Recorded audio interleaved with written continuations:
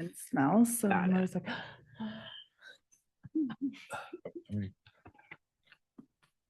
We're gonna go live about 45 seconds, everyone.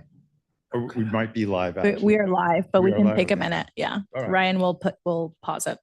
Give me a sec here.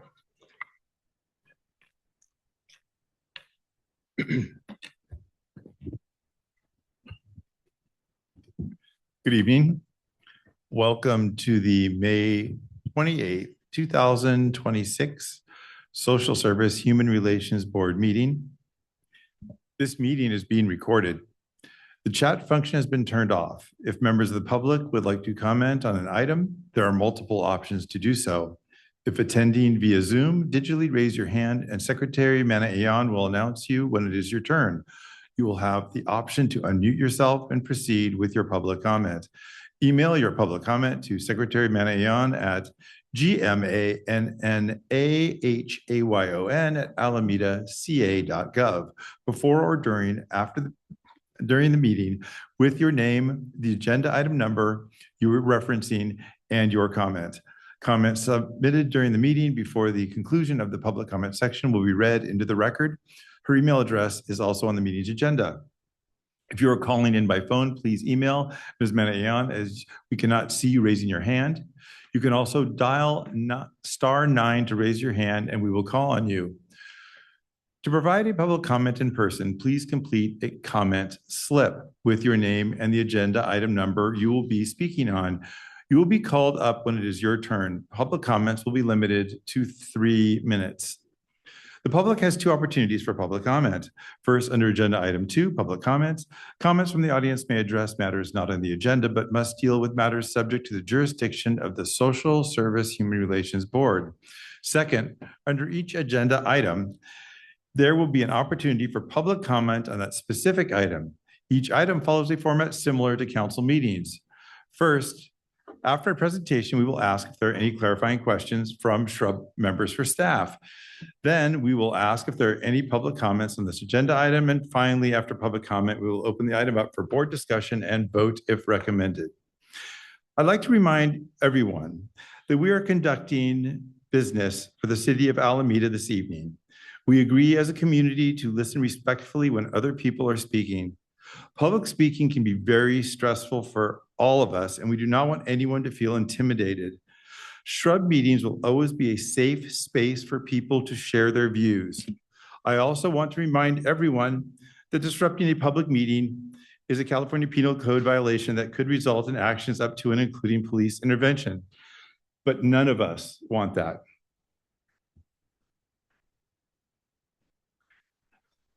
So also as a reminder, we have exits over here.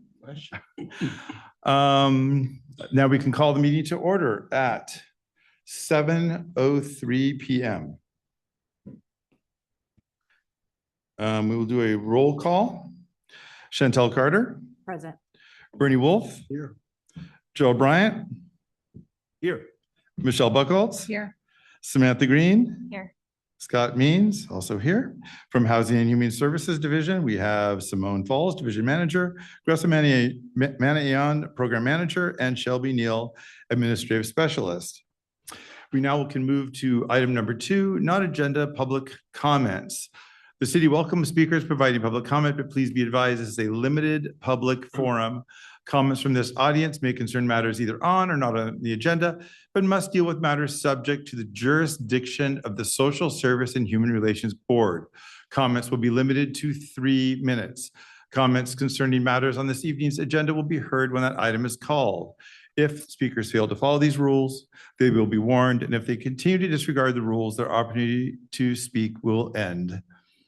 Do we have any speakers for item 2? We do. We have 4, and I'm going to call them in the order received. Excellent. So the Thank you. first, okay, so the first one is Mr. Kenneth Kahn.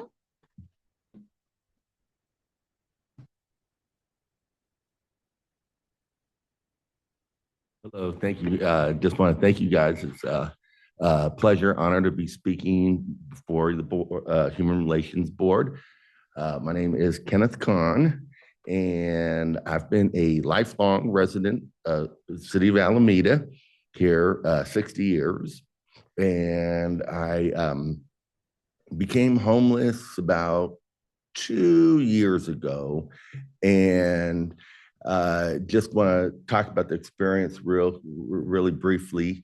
It's, it's just been very difficult. It affects all, let me just also say that I've also known as Kenny the Clown in the community. So I'm an entertainer, and I try to really be positive and really contribute to the community.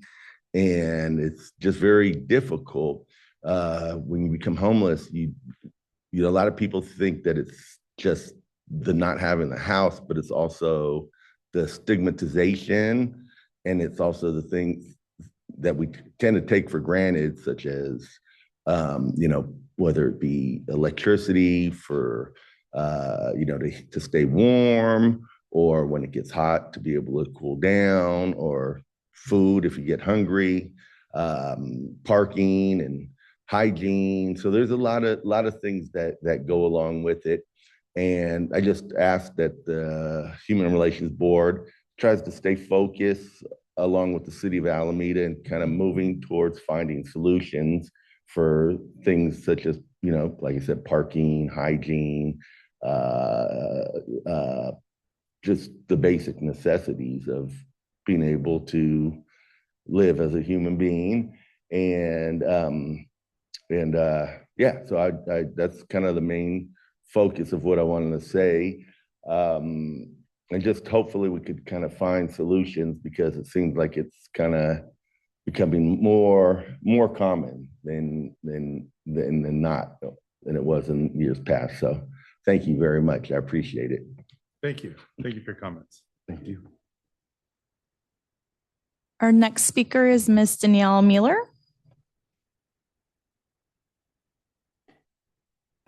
Good evening, board members. My name is Danielle Mueller. I'm the Sustainability and Resilience Manager for the City of Alameda. And I'm visiting all the boards and commissions this month to update everyone on some work we've been doing engaging the community regarding the city's infrastructure needs.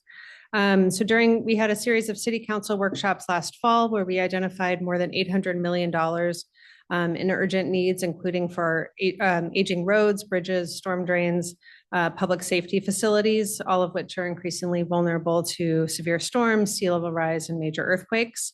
So I'm just here to update you tonight on that work and share how we're gathering community input on these critical issues.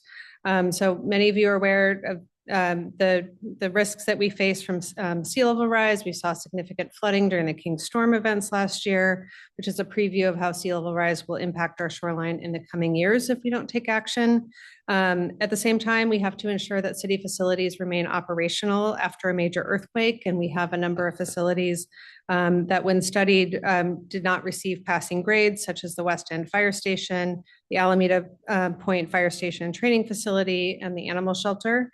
And we also have aging pavement, which can cause impacts to those trying to get around town. Our pavement condition score is 66 out of 100, which is better than some of our cities, but not as good as some of the other cities in the area. And we all know that neglecting these needs increases costs for everyone. It shows up in our rising insurance rates, property values, slower emergency response times, and vehicle wear and tear. And without a dedicated funding source, the city must rely on the general fund for these urgent repairs, and they become more expensive the longer they go unaddressed. So one option that's being considered is a $300 million local infrastructure bond that would create a protected, dedicated funding source specifically for infrastructure needs. If approved, property owners would pay approximately $49 per $100,000 of assessed value on their home, not market value. And the funding would allow us to prevent flooding in the Posey Webster tubes and on city streets, install earthquake-safe backup power for our bridges to remain operational, repair potholes, improve traffic safety, maintain stormwater systems, prevent bay pollution and flooding, ensure first responders can react quickly to fires and medical emergencies. All funding would stay local here in Alameda. No funding could be taken by the state or the federal government, and these dollars would all be accounted for with a Citizens Oversight Committee and annual audits baked into the measure to ensure every dollar is spent as intended. We recently mailed all Alameda voters an information guide. If you haven't done so yet or received it, please visit www.alamedaca.gov/stronger-together. And there's a survey there as well. Thank you. Thank you. Thank you.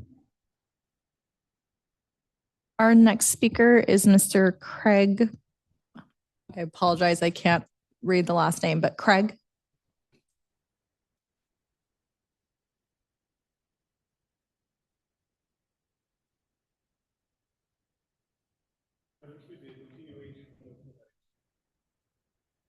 On behalf of Gerald, but some of us that are in some ways homeless, but kind of intentionally not living in conventional housing. So it's like I'm in a vehicle. I did send Gerald out. Even dispersions to other things. There were some things on Class K housing, I believe it's called, in Mendocino County.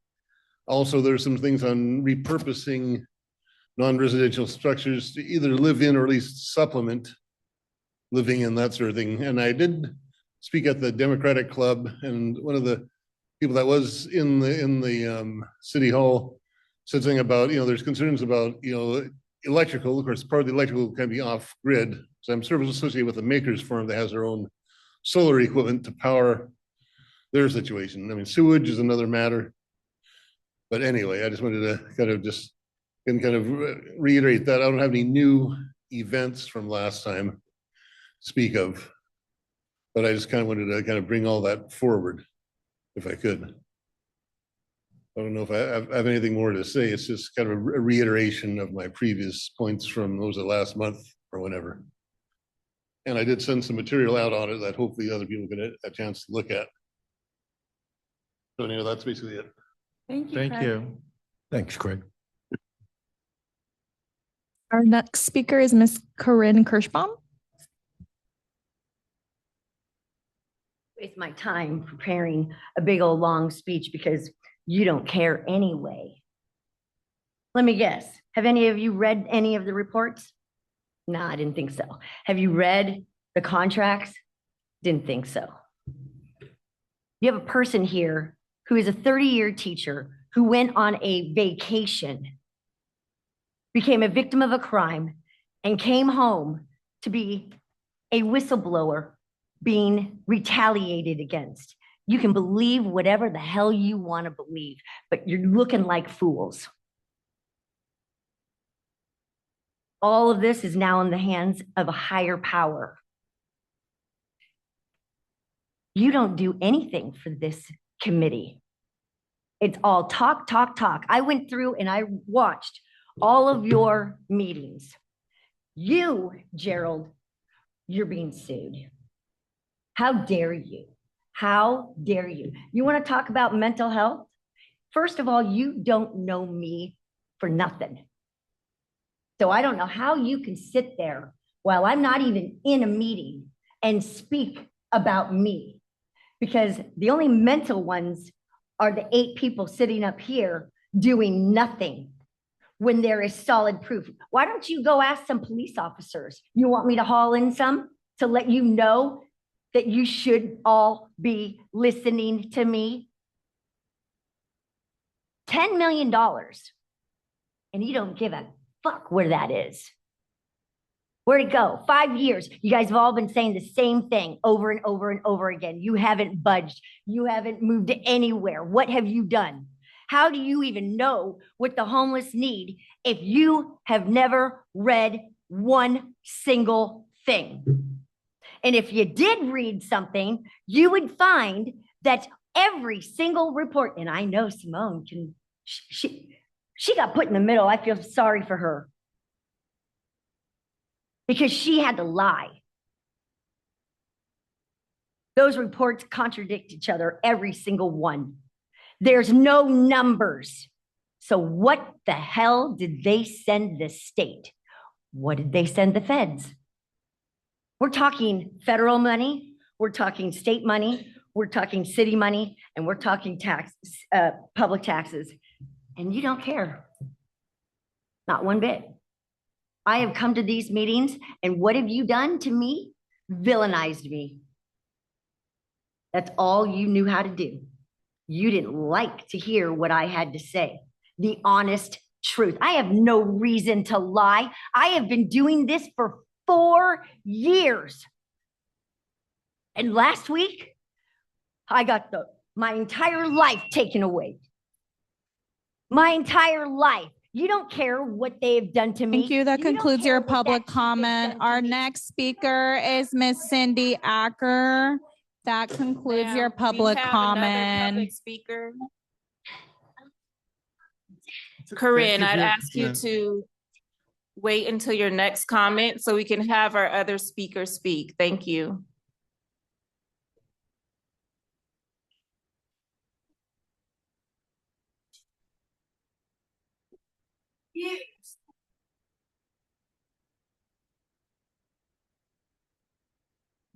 Thank you for letting me come here and speak. My name is Dr. Cindy Acker. I'm principal of the Child Unique Montessori School and Montessori Elementary Intermediate School of Alameda. I'm here because I think it's important for this body to know some of the challenges that affect people on the island. For us, our school has been given the pink slip, so to speak. We have a campus that is on 1400 6th Street, which is the space that is owned by St. Barnabas. And if you've read the news, then you know that there are 13 parishes that have been told that they were going to be sold, and ours is one of them. What's unique about our school is that apart from the fact that we have done incredible things in the city of Alameda, we also have elementary middle school students who haven't been able to make it in public school. And yet our students have won for 3 years straight the speech contest that has to do with Martin Luther King Jr. They have been unable to make it in public school, but have won awards in geography, in history, in social justice in our school. We were one of 8 schools that were allowed to remain open, to have our elementary students remain open during COVID, because we met with representatives in Taiwan and China and rewrote a contagious disease policy that we sent to the public health department. And it was approved, and our students were able to continue, and we never had an outbreak. We have been given a $10,000 grant to our elementary middle school students to green the West End. They have done for 7 years now Black history exhibits for the city, and they have provided information for the school district about Black history. It has also been in the district offices because they were quite impressed by it. They researched and discovered that Alameda happens to be the city with a family that has the very first Black employee in the White House. It was the secretary of Robert Kennedy, of President Kennedy. And it was our school that spoke up for the respite center when people felt that preschool children shouldn't be near someone who was unhoused. It was our students who spoke up for the center and risked the continuation of the school by saying, we will not only support it, we will be there, we will sing songs, we will be for them. And yet we have 4 weeks before it is the last day of our school year. And we've been told that we should not start our next school year because the diocese doesn't know what's going to happen with the property. I know there are spaces in Alameda, and I encourage you to look out for people like us to see what it is that we can do. Thank you. Thank you. Thank you. We have no other public comments. Okay. That moves us to item number 3, the minutes, review and approve the minutes from April 23rd, 2026. I motion to approve. I'll second that. All right, we don't have to do a roll call vote. All those in favor? Aye. Any opposed? Motion carries 6-0. We now move on to item number 4. A vote on the Social Service Human Relations Board fiscal year 2026-27 scope of work. At the April 23rd Shrub meeting, Simone Falls, House and Human Services Division Manager, gave a brief overview of a new proposed scope of work. At the meeting, the board discussed the proposal and asked clarifying questions. They were given further opportunity to discuss and propose changes to the draft scope of work at their monthly subcommittee meetings. These suggestions were reviewed by city staff, Shrub Vice President, and incorporated as appropriate into the second scope of work, which will be presented by Division Manager Falls and Shrub President Means. So the one we're looking at is the one that was revised. Okay, great.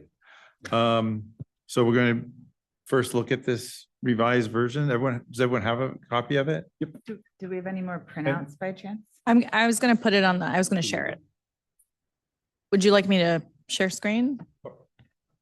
Oh, okay. So I have oh, you don't have a printed version? I didn't write. Oh, okay. I'll share with Yeah. Bernie if that's okay. But Scott, before we look at it, I have some fundamental issue with the way this was rolled out. I have a fundamental issue with the procedure that's been used here. We're a shrub board.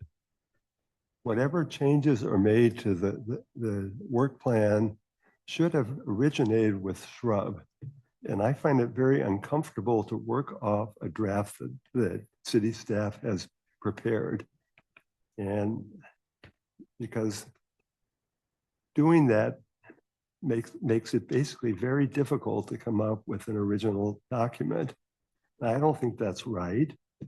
And especially since we are public officials and we have, we are subject to the governing laws, we should have been the people that prepared this document and circulated it for comments by others. So I'm not prepared to vote in favor of this document for that reason alone. There are other things about the structure of this that frankly, I don't like at all. But I wish these could have been discussed at the outset instead of us now discussing something that was not a document that came from us. So I'm sorry about that, but I cannot support this. Okay, I think it'd be interesting to hear, what specific, issues within this are. And I think everyone's going to have some time to do this. I think probably, the best way is just to go down the line so everyone has a turn to make comments, and then we can get into more of a conversation after that. I just want to leave things off with one kind of just thought here. In terms of, not in terms of the process or anything, but in where we're landing. After considering this quite a bit over the last week or so, I do think that having more of a I don't necessarily want to say control, but more of a voice or more of a complete scope of the CDBG under the different components, us having them all, I think actually has a lot of value to it. Last year, because I had a conflict of interest, I had to go into a different category and read a different category. And it really highlighted to me that actually having them all, us coming together at the end with all of them actually does have a value to it. And if we all review them. So I just want to put that out there as something that I noticed after originally thinking, well, this is a different direction. It can also be an and boards and commissions do hold a lot more power when they control money.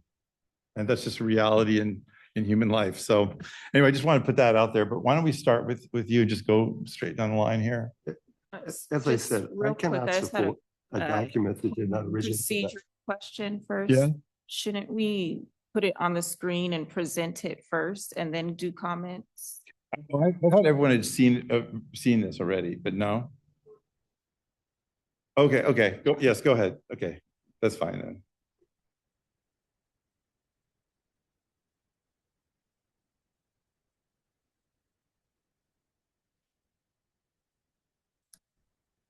And would it be helpful, Simone, just as we present this, what this document actually means for, especially for the member publics, of what does the scope of work actually impacts our monthly meetings and how our work is done?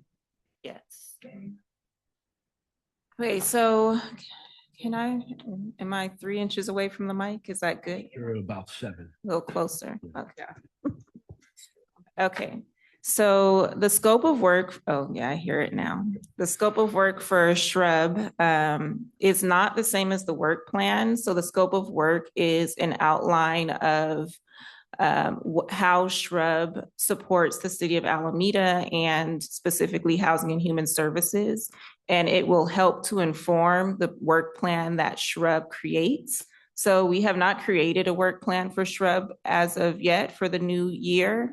But this document is intended to help inform what that work plan would look like, to provide some context around the role of Shrub, because it seems that that clarity has been missing over the years.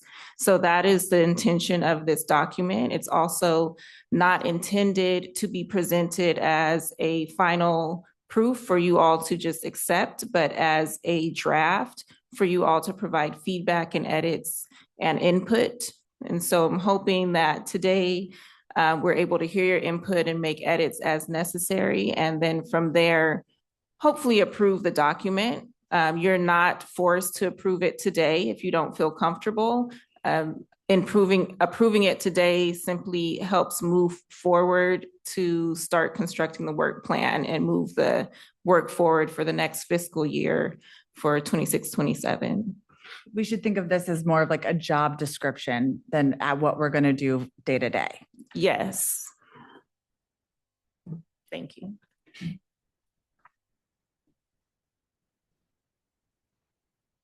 All right. Scott, I know it said we were co-presenting, so I don't know if there was anything you would like to add. Well,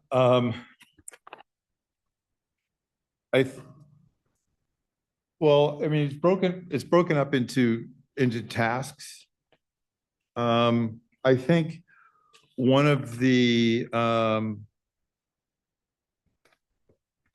thing just to pay attention to in this, I'm just trying to find, if you look at G, Can you scroll to G, Grecia? yeah, I mean, the specific tasks themselves, Letter G. it's sort of helpful to understand what G is and then you can always go back and look at the previous stuff. But under G, it says subcommittee members are expected to join at least one subcommittee in area A and one subcommittee in area B. Okay. So I know this is split between 2 pages, but so it would be so A has AA, Community Needs Assessment Subcommittee, Program Evaluation Subcommittee, and Community Outreach and Belonging Subcommittee. And then B has 3 subcommittees, which are the Yearly Grant Cycle 1. This is right? Or is this? It's Sam. Is Those are tasks. Submitted. I'm not sure which one we're looking at. Is that the one? Version 1. Oh, this is the original. Version 2. Yeah, that's not the right one. That was, yeah. To Sam's version.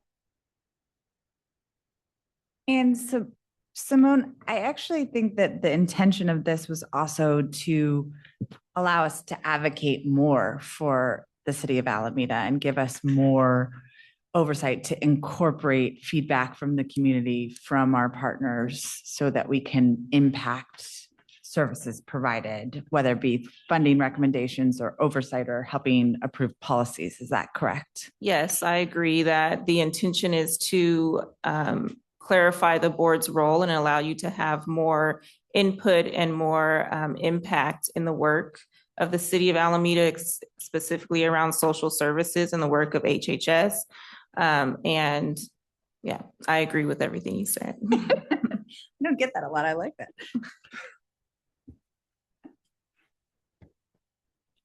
Oh,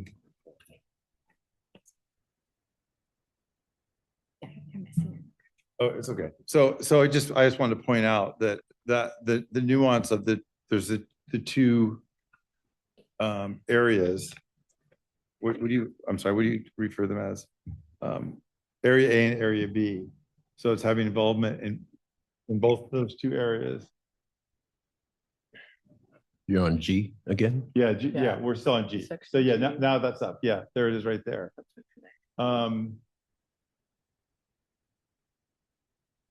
Is it, I have it. Actually, if people are wondering where some of the subcommittee work is, it's under C1. The committees, and Samantha and I've talked about this. I think there's actually some wording that needs to be changed in this section for clarification, but there still is our subcommittees that are doing work on Alamedas Against Hate, domestic violence, and other human services needs does still exist in this plan, in this overarching plan. And for the public to know is that we currently have 3 working committees that are, one is focused on domestic violence, one is focused on Alamedas Against Hate, Right there. and one is about the road home. And this would kind of allow us to have each group have greater sort of project and map. Not that we are no longer not focusing on domestic violence, but we're having that as a larger umbrella. Correct. I also want to just clarify for the public over the last month that staff with HHS have met with the committee members to go over the scope of work and receive feedback on it. And in addition, the president and vice president also took a stab at making edits, and our vice president made additional edits. And so this is the version with Sam's edits. Some of the primary changes were to the subcommittee structure from what we had originally proposed in the document. Yeah. talk to that? Yeah, so I had the privilege of sitting into a couple of the subcommittee meetings. And so my hope was to try and kind of get the information that staff had provided in those meetings, as well as the participants in the meetings, and kind of integrate them into the document. And I think one of the greatest concerns that I had was that I didn't just want a small group of individuals to oversee the CDBG grants. That it seemed like that was very much intended to be the full board that participated in that process. And having multiple viewpoints and multiple people actually looking and reviewing those documents seemed like a benefit to the community rather than just having 2 or 3 people. So after talking to staff, it made sense that we could all participate in that process. And that because of the different grant cycles, that we could really dig into a specific grant cycle rather than kind of being a lot of people being hands off. They would have to take on a cycle. So the thought was then to break it into kind of these 2 groups where we would be responsible for CDBG still, but also be able to participate in the community outreach or the other kind of identified needs that had existed in the previous scope of work. The other thing that I thought I heard from folks was that there was a concern that the previous work was going to be lost. And so the thought was to integrate it into a way where the actual tasks of the community needs assessment and program evaluation could come forefront. But there would be a 3rd subcommittee that was really responsible just for an annual calendar to ensure that the other community events were still happening and on a calendar, and whoever was participating in those events could still focus in on them.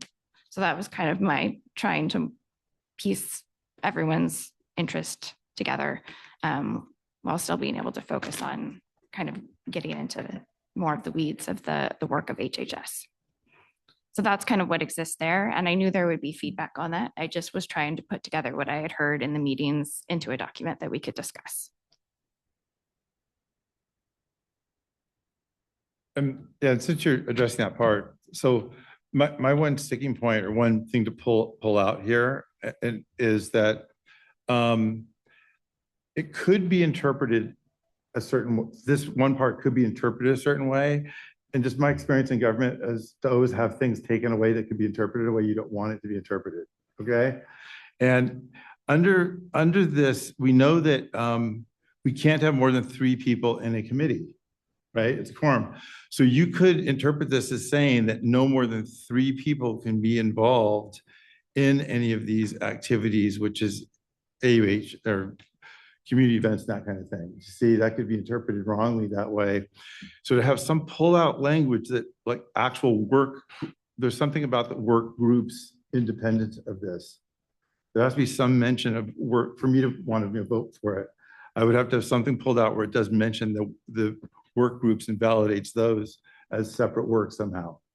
So it doesn't seem like only 3 people can be involved in any kind of work group with the community. And that's the one interpretation I just want to fix on there, because I don't think that's actually the intent. So to me, I know a lot of good thought was put into this. As I say, I don't like the fact, I really fundamentally dislike the fact that this didn't originate from Shrub, because as a lawyer, I know how important a first draft is. If you're working off somebody else's draft, you don't get to have full input. But my focus, as I think specific focus, as is Scott's focus, is on this issue of subcommittees. And I don't think they're just descriptive. I think they implement a very drastic change in the way that the board has operated. When I came on the board, there were two work groups, one of which I joined because Eric Fonstein asked me to. The third one was founded by Gerald and of course does very important things as well. But the difficulty with this document, with these subgroups, is that some of the work that's described is best done ad hoc. They're ad hoc projects. Some of the work that's described is best done in plenary session, the way that we do that. And some of the work is best done by work groups. And if we're going to restructure the way that the board operates, we need to figure out which tasks belong in which place. This document doesn't do it, nor does it give any convincing reason to me why the present system, which is more workable, should be changed. Perhaps there are reasons, but the document does not explain them. What I see is a multiplication of large numbers of groups, and just getting people to meet in these groups and subgroups is going to be a task every single time, as it always is with every group that tries to meet. And when you're talking about each person belonging to 2 groups or subgroups and trying to figure out how to get together and trying to delineate what they're supposed to be doing, to me, it's not a recipe for efficient management of the tasks that we have been delegated to deal with. So I would rather see that we can take the draft, there are good things here, but start all over again with somebody, with a Shrub group that puts together something that is more supportable. And I can say specifically that with respect to domestic violence, which I've been involved with, and I won't speak for Gerald, but I'm sure he agrees that with the Alameda United Against Hate, it needs to have a prominent place here because these are important things, okay? Putting them all in one group and saying that, that we can all figure out, how best to implement these tasks, I don't think is fair. It's not going to work. And it's really not what we were supposed to be doing. I mean, the mayor asked me to come back on this board because of my experience in domestic violence. I attend and, put together task force meetings with the able help of Gresha and Shelby. And I do stuff offline too, with the mayor and other people on domestic violence. And oftentimes it works best when I'm just one person. Sometimes it's helpful to have other people, but it's not just something that should be lumped together in one subcommittee along with other other service providers with the expectation that somehow we can manage to sort out who should be doing what. So my preference would be to start all over again and do things the way that they should be done, which is to have a Shrub, a group appointed to come up with a draft for us that then city staff and others can comment on. I think it's also particularly unimpressive to me that the city staff reached out for comments to city officials and others before coming to us. That's not right. I'm sorry. So for all these reasons, I cannot support this.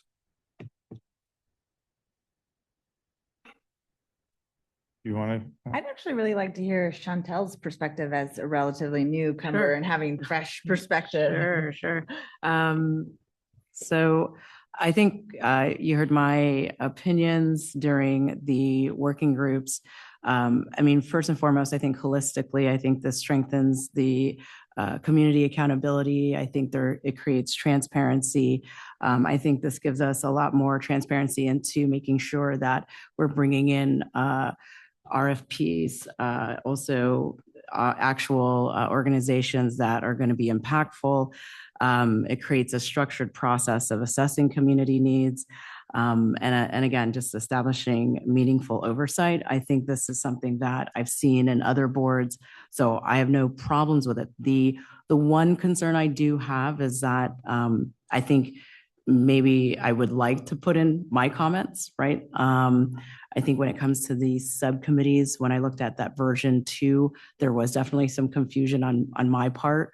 So I'm sure there's some confusion as well with other members here.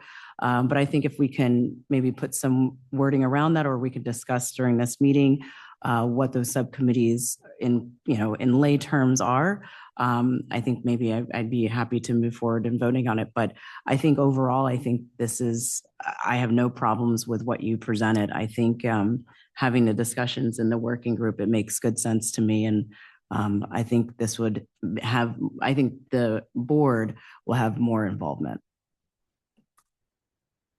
So just interject. Thank you for your comment. Just interject. I kind of read C1 in its current form as more of like calendaring and organizing rather than doing the. Hold on. Gracia, can you scroll up a little bit?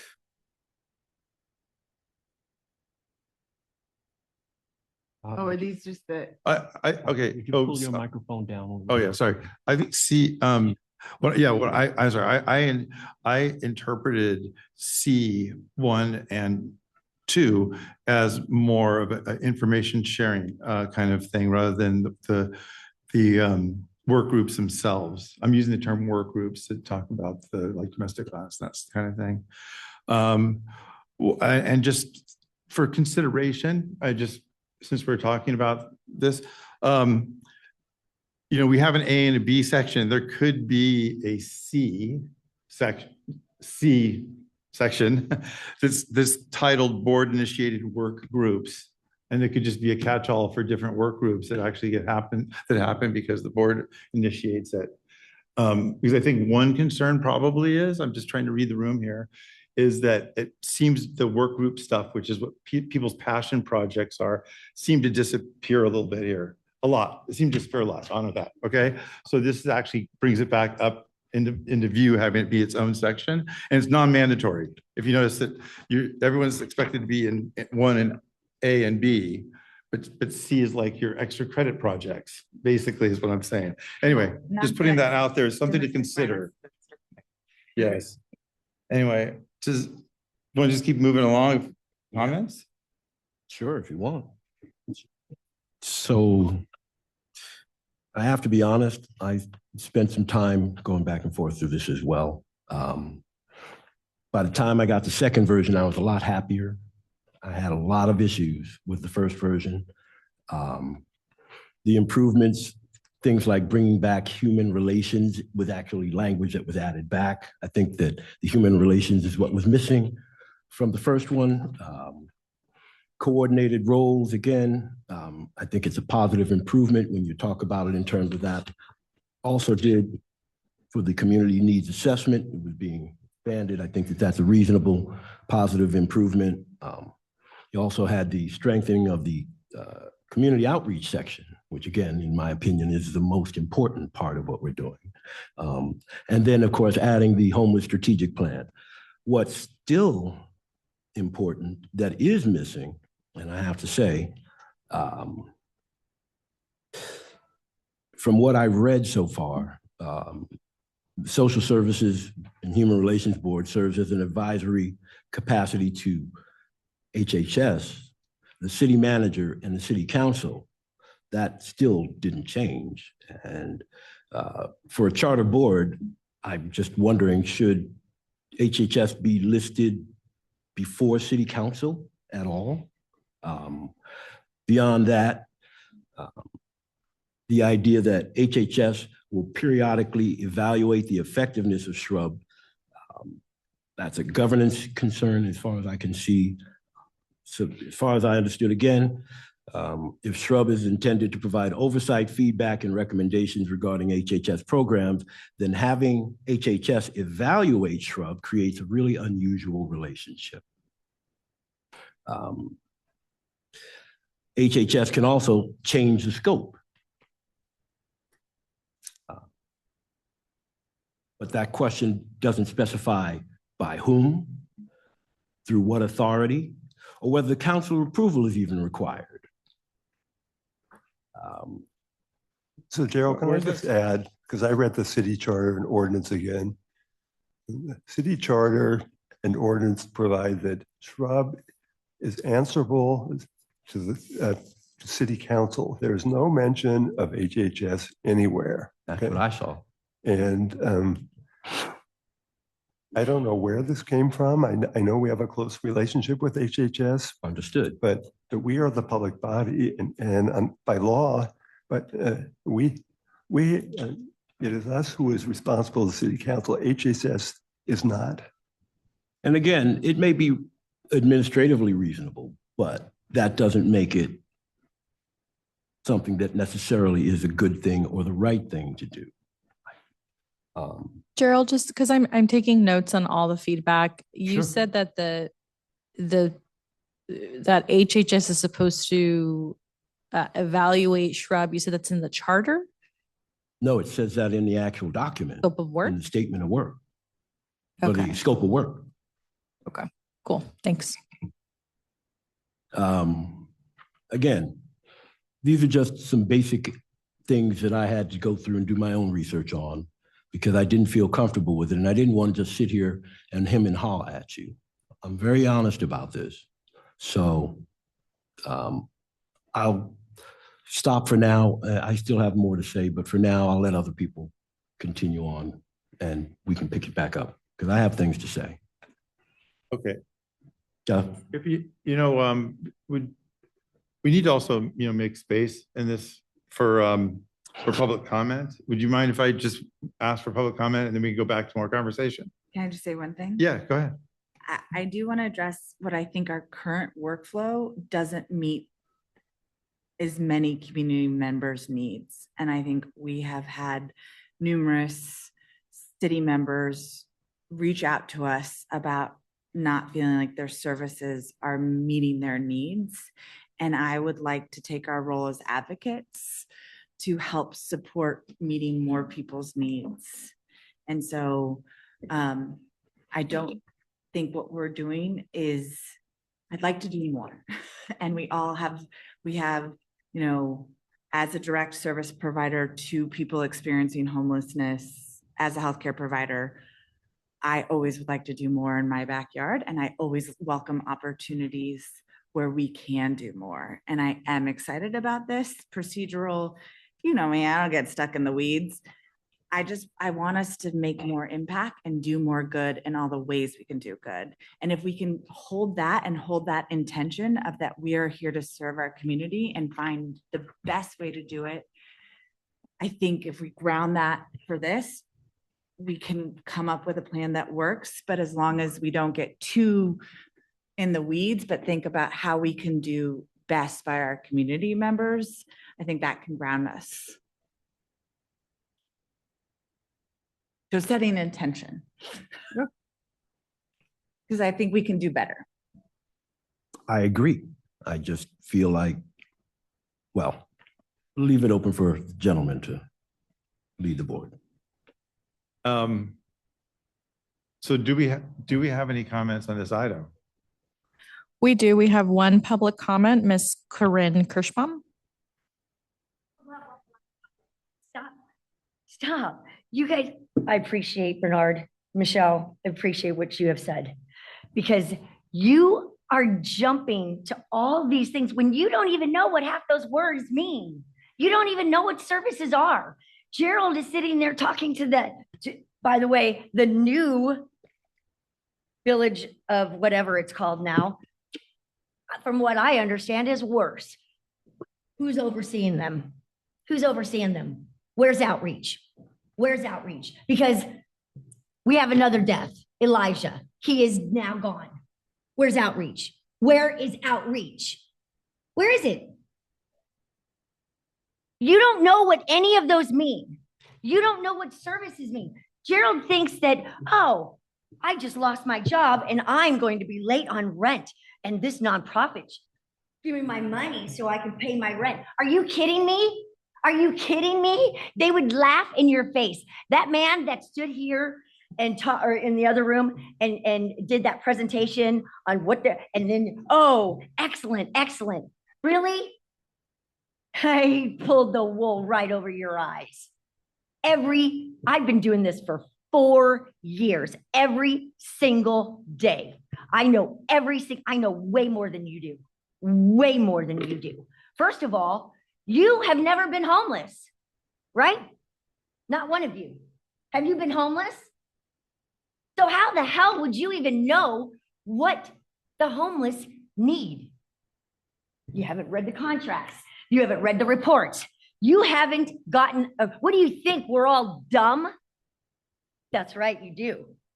30-year educator erased off this forehead with the big H word. And now you know what that means in Alameda? That means you are automatically a criminal, right, JP? You are automatically a drug addict. You are automatically a meth head. You are automatically every single thing. It doesn't matter what I contributed to society for over 30 years. It doesn't matter how many students I have taught in my entire career, because that's gone. You have taken my career. You have taken my life. You have taken everything, and I'm not stopping until you listen. I come in here once a month, I get 3 minutes. That's it. And not one of you have shown any interest in finding out what is really going on. Well, I'm going to tell you what's really going on. $10 million is missing. Why the hell do you think the Village of Love is no more? They lied to you. They want to make it more competitive. Bullshit. It was competitive. There are over 75 applications for those contracts. There was no oversight. Not one. There is not one. Ma'am, your time is up. I'll ask you to take your seat. Ms. Kirschbaum, your time is up. Thank you for your comment.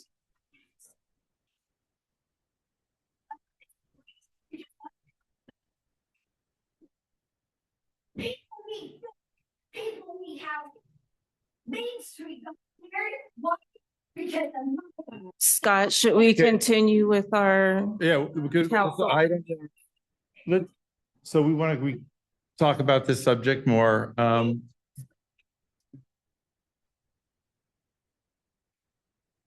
Corinne, I'd have to Sorry. ask you to leave at this point. Thank you for your comments. I know that you had more to say, Gerald, but I think there's other people might have comments too.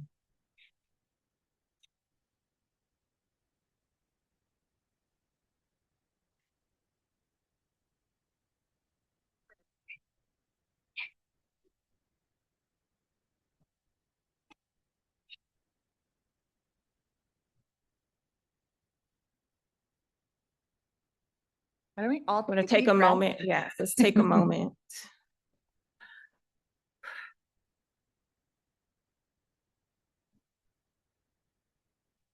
I think we can all appreciate her passion, the same passion that we're hearing on the board today about this topic. So take another breath, and then Scott, when you're ready, resume.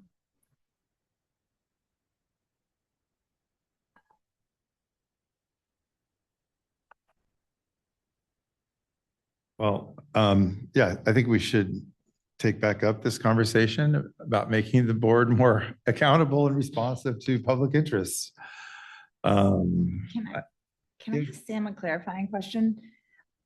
So if these committees go, like, can you just spell out, there would be 3 committees, this, like, one with this 3 subcommittees, can you just, what was your vision?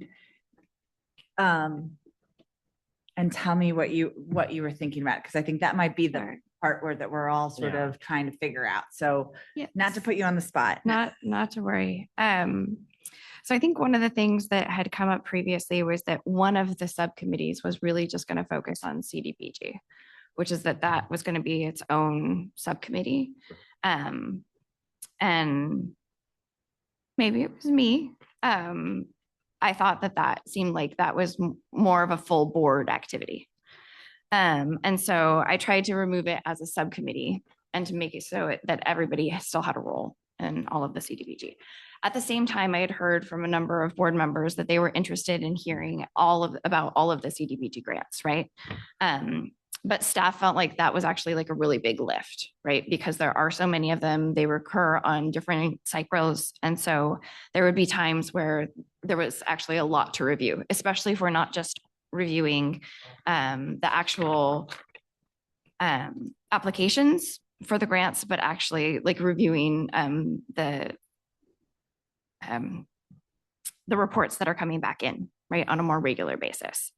And so my thought was that, okay, if that's the case, then maybe we could break up those responsibilities into the different grant cycles. So each person could take on, they're broken up, there are 4 different categories. One of the grant cycles actually sees 2 of those, but none of those groups would oversee more than like 7 organizations, at least as they stand right now. So if we provided more grants to more organizations, perhaps, but as it stands now, you'd really only be responsible for overseeing 7 or fewer. So that would be like, that's like B. So B is that one group would be into grant cycle 1, one group would be into grant cycle 2, and one grant would grant cycle 3. Right. And we could maybe judge or like what the subject matter was of that grant cycle to fit people's expertise. And if you really love reviewing those, you could choose to participate in multiple grant cycles, right? I like reviewing those, so you know that I could be a weirdo. Or if time allowed, right? Then what I tried to do was then to break out the other subcommittees and the tasks to kind of fit those subcommittees. So previously, the tasks that were listed in the scope of work were not connected to any single subcommittee. They were just kind of laid out and it wasn't clear. So I think, Michelle, you would ask that we attach the tasks to each of the subcommittees. So I tried to do that. So this was my take on that. As it's written, it still is challenging to find a way for the existing subcommittees to still be there. I think previously, one of the things that we have talked about and why we want to be more effective is that we had the community needs assessment group previously. That was kind of what turned into the road home. And that looked at the community needs assessment and it looked at the 5-year plan to end homelessness. Scott and I previously had attended those meetings for the 5-year plan. And then I had helped to write the previous community needs assessment. But we didn't have a program evaluation subcommittee in existence previously. So I added that as a subcommittee so that that task could be given to someone. If we feel like that needs to go to everyone, we could pull it out as a subcommittee. I have no qualms against that. And then the last one was trying to make sense of this community outreach and belonging subcommittee. And for me, it felt like, I know that it's really challenging on staff to have disparate schedules of activities and things that happen on top of each other.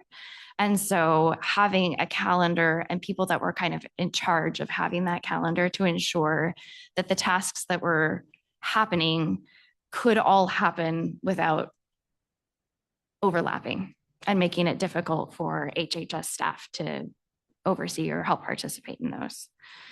The actual activities, I didn't want to take away from folks that had specific expertise or interest. And so my thought was to turn those into individual action committees or working groups that could focus on the activities that were laid out in that calendar. And folks could essentially say, okay, here's our calendar of activities and events that are going to happen, meetings, right? Domestic Violence Task Force meetings, the CARES Task Force meetings, if people wanted to get involved with ACCYF again, that we could include those all on the calendar and folks could kind of sign up to participate in those tasks rather than not being able to participate at all. To participate in events rather than only participate and focus on that particular activity. Right.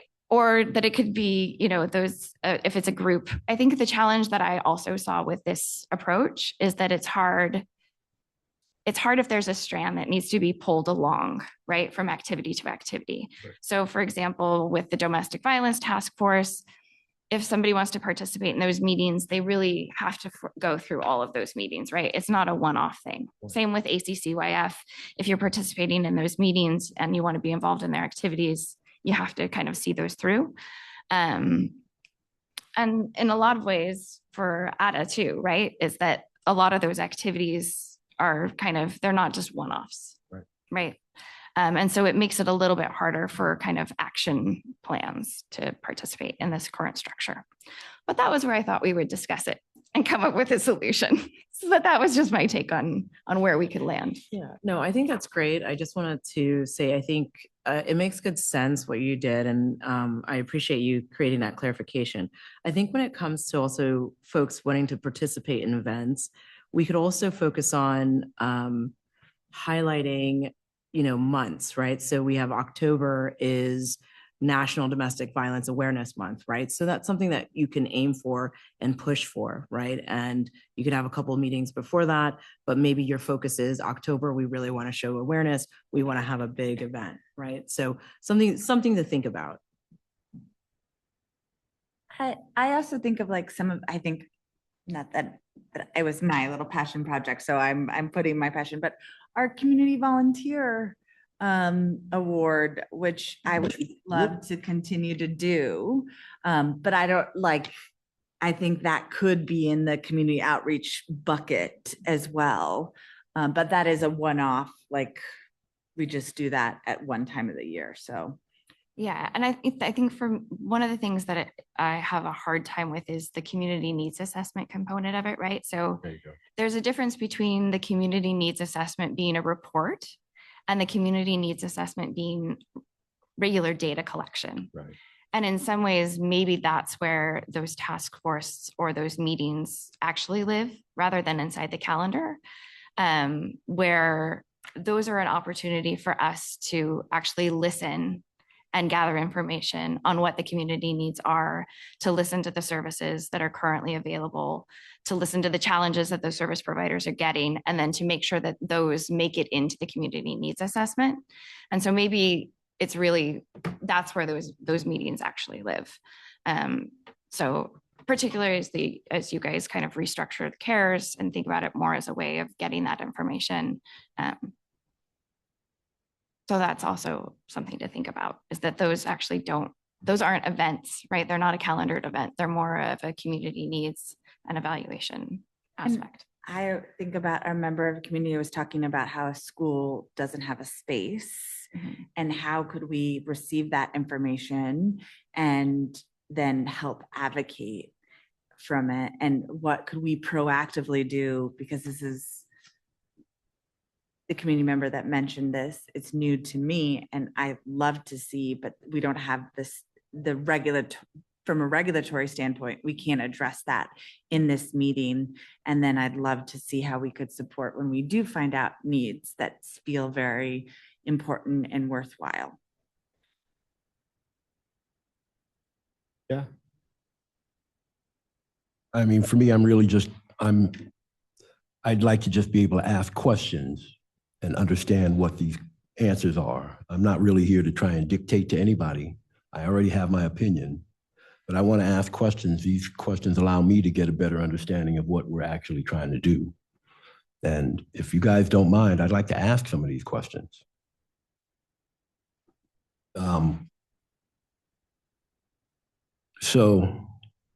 And I hate to just start off with these types of things, but I have to be honest. If you can identify the specific charter section and municipal code that authorizes Shrub's role as a CDBG advisory board, that'd be a good start. So I'm not referencing a code or anything in the charter. This is a scope of work to support the city of Alameda, and CDBG is one of the primary funding sources that support social services in the city of Alameda. Okay. If that's the position that it's oversight, as you say, is the primary purpose of Shrub, or is this the primary purpose of Shrub, or is it CDBG oversight, one component of the actual board's broader mission? One component. And From my again, perspective, CDBG funds as one of the primary funding sources that we have control of, it makes sense for this board to have oversight of those funds and to work in collaboration with HHS on how those funds are utilized. okay. In addition, the board, it says in the scope that the board would also utilize the needs assessments to make other recommendations to city council for social service needs gaps. Okay, so how does this scope of work fulfill the human relations responsibility established when the board was renamed from the social services to the social services and human relations board? So I think that's a typo. There was not supposed to be a renaming of the board. No, it was originally called the Social Services Board, and then they renamed it to. Oh, you mean from Yeah. years past? Right. Yeah, sorry, I thought you were saying we renamed it now. No. I kind of missed a little bit of the interchange there, but I don't know if you mentioned this, but did you mention A in the duties of the board? Because it actually does say foster all worthy philanthropic enterprises. So that would give us kind of that in to be fostering the philanthropic enterprises of CDBG. Okay, Even though it doesn't specifically name it. okay. Can I actually speak on the human relations piece? Yes, please. So also the Community Outreach and Belonging Subcommittee, it's just a name. Like I renamed it from something else. I think it can be renamed. What I was trying really hard to capture the human aspect in this section, because this is not the section about policy or reviewing grants or allocating money. This is the section that like has to do with our community events and connecting with people. That is where I interpreted the heart of the human relations piece. Okay, thank you. Thank you. That's the question that I actually was hoping to get the right answer for. Does staff believe that the Shrubs Authority extends beyond homelessness and CDBG funded activities to things like food insecurity, senior services, disability access, even mental health, or other unmet services needs? Is that a question for the city staff or the board? Well, I would put it to both city staff and the board, because basically we're discussing the narrowness of what we're doing down to just being these three buckets that we were doing before, and now restructuring it to just doing one overarching bucket for everything. So I don't see that the restructuring of the subcommittees limits you to doing focusing on one social service aspect that the community needs. I believe it expands your reach to be able to identify what you see as a priority. Okay. So it could be any of those social service aspects that you just mentioned. To be completely honest, I find it troubling to have subcommittees that are named for just a couple of priorities when there are so many social service priorities.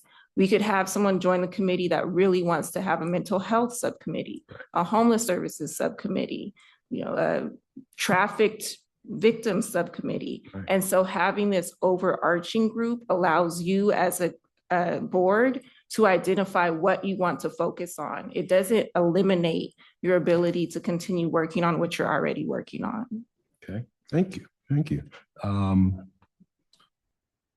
Do you mind if I continue, or did you want to, because I still have other questions. Just a real quick clarification on the CDBG aspect of it.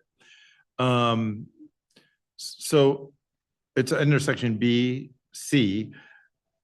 We were already doing that, right? Yeah. Okay, it's just, so basically it's pulling some people off of that to do the other tasks. Like, for example, I didn't do that one. I was talking here. I did B instead because of that conflict. So, and actually breaking these up so that different groups are in different sections, that actually does make sense. It's not like any one of us is going to have more work to do. We're only going to be in one of those sections. So I just want to point that out. Okay. Again, Go ahead. I'm posing these questions because I thought that they would be helpful Yeah, no, in understanding and getting clarity on what we're actually here to do. Yeah. And so if you guys want to go in another direction, I'm happy to stop. I want to get through my questions, and I have things. Yeah. Question in context, and to follow up on you, Simone, there is so many needs. How do we also control how do we edit it down and prioritize? Is there some, it just seems like we could be meeting for hours on end to try to advocate or, on the disparate needs of our community. So how do we kind of contain ourselves, given that we're all passionate about a lot of different things? I would point to the fact that you all already make your prioritizations during the CDBG needs assessment, where you identify the priorities for the year. And then as part of your work plan, you would include realistically what you're able to support for that one 12-month period. I think we're not limited to only going to city council to express needs once a year, right? So if by some chance funding changes, right, or the needs, COVID hits, right, and we're experiencing something that's very, that changes those needs, we're not prevented from expressing that need to city council. No. When I came on this board, it was, I discussed with the mayor, age-friendly cities, but it took, a few years before we even initiate anything, because we had all this work when I stepped into the role with Road Home and other things too. So, sometimes even if we have an itch to get something started, it's important that we actually realize there's other priorities too. And we may have to get through some other things before we get to our thing that we're focused on. Just want to point that out. You had other things though, Gerald. Yeah, like I said, I'm only on this board because of my lived experience. I don't have all the background that you guys have. I really don't. I don't do that. I know what it's like to be on the ground though, despite what other people may think they know about me. And I know the difference. And so when I hear things like these as being okay, I have to ask these questions in order to feel like I understand why I'm here. Okay. So my next question, and I think that we probably already know the answer, but I want to ask it out loud so that it's heard. Is Shrub considered a charter board that advises city council with staff support from HHS, or are we an advisory body to HHS? Yeah, I would see that you function as both, but that's what we're here to discuss now. I would hope that you would be supportive of supporting, advising some of the work we do, reviewing some of the policies that we create, which will impact our constituents, which are also your constituents. So I would say that you are both. Okay. Can I ask a dumb question? What does HHS stand for? Housing and Human Services. Okay. I knew that, but I just wanted to double check I knew the rest of it. No worries. We're good. I would also add on a third tier that I would hope that we would also have a collaborative relationship where you would be an advocacy group for us as well in the work as we continue to try to support our more of our lower income and marginalized community members. Thank you. Thank you. Can I clarify too? So when if you identify something as staff that's going to go to city council, for example, that's through your department, right? If you're asking for additional funding or additional staffing, or even if it's not within your department, but it's something that you guys are participating in and advocate for, you are allowed to let us know and we could advocate as board members, or do we have to advocate as individuals if we go to city council? You can advocate as a board member. We can advocate as a board member. Okay. Sorry, that was just a lingering question to make sure I knew the answer. I promise I only wrote 10 questions out on purpose. Okay, so I could just get through them quickly so that I wouldn't have to take up a whole lot of. Gerald, you have such a great voice. We'll listen to you talk 20. You are very kind. Thank you.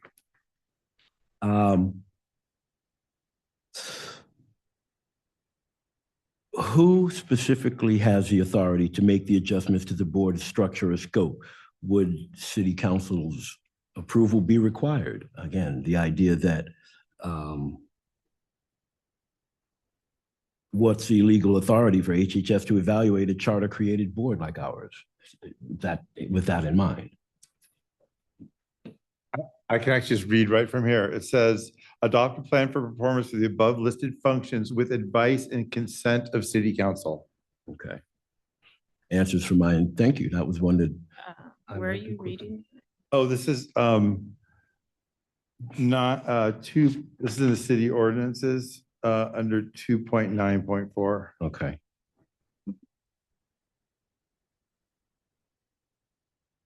So that was the municipal code you were just calling out, 2.9.4? Yeah, or it's ordinance. Right. Yeah. Ordinance. So okay. I just want to clarify though, that the scope of work will not go to city council. It's your work plan that will go to city council. So this scope of work is a document that helps provide clarity and structure for the board.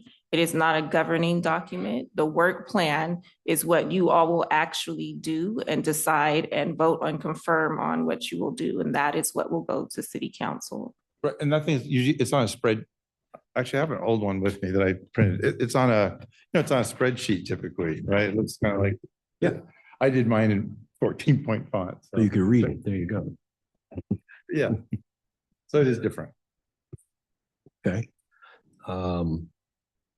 And you asked about the evaluation. So I'm open to amending that language, as I'm open to amending any language. I do think what this is trying to get at is SHREB doing what you all intended to do?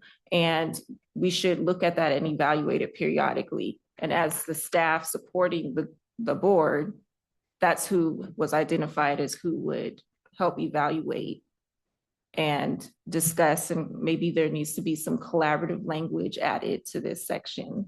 But discuss and collaborate on making changes as needed if it looks like maybe you aren't making the impact that you want to make. Okay, thank you, thank you. We're coming up to the home stretch. Okay, so I tried to save this for the last part because I really wanted to get all these other ones out of the way, but I think this is as relevant as anything else that we've talked about. Has the city attorney reviewed the scope of work and determined that it's fully consistent with the charter and the municipal codes? No. Okay. I'm going to leave it at that. I'm going to leave it at that. That was really one of the more important questions for me, and I thank you for your patience while I asked through these questions. I have a question just in terms of this process and just in terms of getting the work done kind of thing. So we don't need to vote on at this meeting in order for it to meet timeline, deadline kind of things, or? So the goal is for this document to inform your work plan. So we would want you to vote on it, make amendments to it and vote on it. So then you can move forward with developing your work plan so that can go to council. So the longer this is delayed, the longer it will take to create the work plan and get to council. And city council has recess in August. And in order to get on city council's agenda, you need to have your report about 6 weeks ahead of time. So we're looking at approving this now to try to get to July. Otherwise, we'd be looking at September. So just to clarify kind of next steps of this work, by developing the scope of work, we would then vote and amend it as possible. We would then need to confirm subcommittees' work, or would to develop then a work calendar. plan, and within each subcommittee, we would have to develop a work plan for the year to submit in July, ideally. Or yes, at this point, July or September. For September, so that our next steps is finalize the scope of work, finalize the committees, then finalize the participants in the committees. From there, once we're clear on what each committee is doing, we will come up with a work plan Correct. that will be in the spreadsheet that we will submit to city council. Correct. I have a question. If in doing the scope of work, we realize that there are challenges, in doing the work plan, we realize there's challenges that are created by this scope of work, can we go back and amend it? Yes, the scope of work, it's not a 'Cause it's like the binding real- contract. yeah, so, Right. okay. So this is more of a mission statement for us in reality. Yes, it's an outline of what Shrub is and does. It's not a binding contract. You're not signing your name onto it. You're voting to agree to move forward with this as your scope of work to then create a binding work plan that city council will approve. We gotta get along on this And one. Bernie, I'm not a lawyer, so forgive me for my bad, somewhat legal speech. Well, I'm confused. I'm looking at the minutes of the last time that the work plan was presented. And it appears that the work plan was agreed upon in December. Can you? Sorry, you're a little closer to the mic, bro. Oh, it appears the work plan was agreed upon in December. And it specifically points out 3 tasks for 3 subcommittees: the road home, 5-year strategic plan to prevent and respond to homelessness in Alameda, to support Alameda's most vulnerable populations, and report on the city's progress to prevent and reduce homelessness. That has happened. Human relations, that's Alamedans together against hate, to address human relations concerns and work to create a welcoming and beloved community for all residents, number 2. And 3, domestic violence, to recognize the social and mental health needs of personal relationships and lead a task force to ensure access to community-driven resources. That was what was presented to the city council. I still think that these are appropriate things. And I did not find any mention of anything else there. And I don't find this document to be completely advisory, because it sets up subcommittees and mandates that each member has to be a participant in at least 2 of them.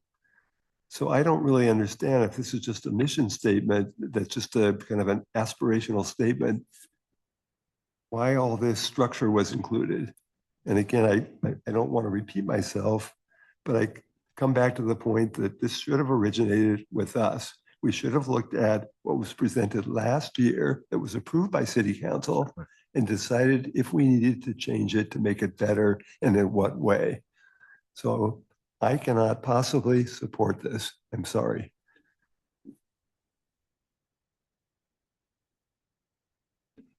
Can we clarify the timing for the work plans? What are they usually, is it fiscal year or calendar year?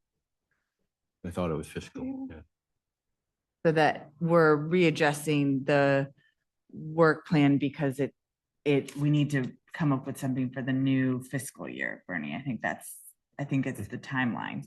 Is there something in the document that so provides? Is there something in the document that so provides? Is there anything in the document that provides for that? So The ordinance. I'm sorry. So, I mean, technically it says we meet once a year to review the plan, which I would say by extension could be, to review and change or modify the plan. So it's in the charter that we review it every year. Is that what you were asking, or? No, am I- Bernie's saying we did it in December, No. and why are we doing it now? The statement was made, I think Simone said that we had to, or Gresha or somebody, that we had to change the timing because of an adjustment in the fiscal year. And all I asked was, in the document, is there any reference to that, to support that statement? I didn't read any. I hear you. So if I'm understanding the question, what we discussed in December was like a check-in. So I did like a mid-fiscal year check-in as to how the scope of work is going. Your existing scope of work for that fiscal year, it wasn't to discuss a new one. I was hoping to get you all like to start thinking about potentially what you'd want to do for the next one. But it was not to workshop the new one. And is your question, where does it say it has to be annual? Maybe I'm the only one not understanding the I mean, question. there's nothing, but I mean, I don't want to denigrate the great value in this.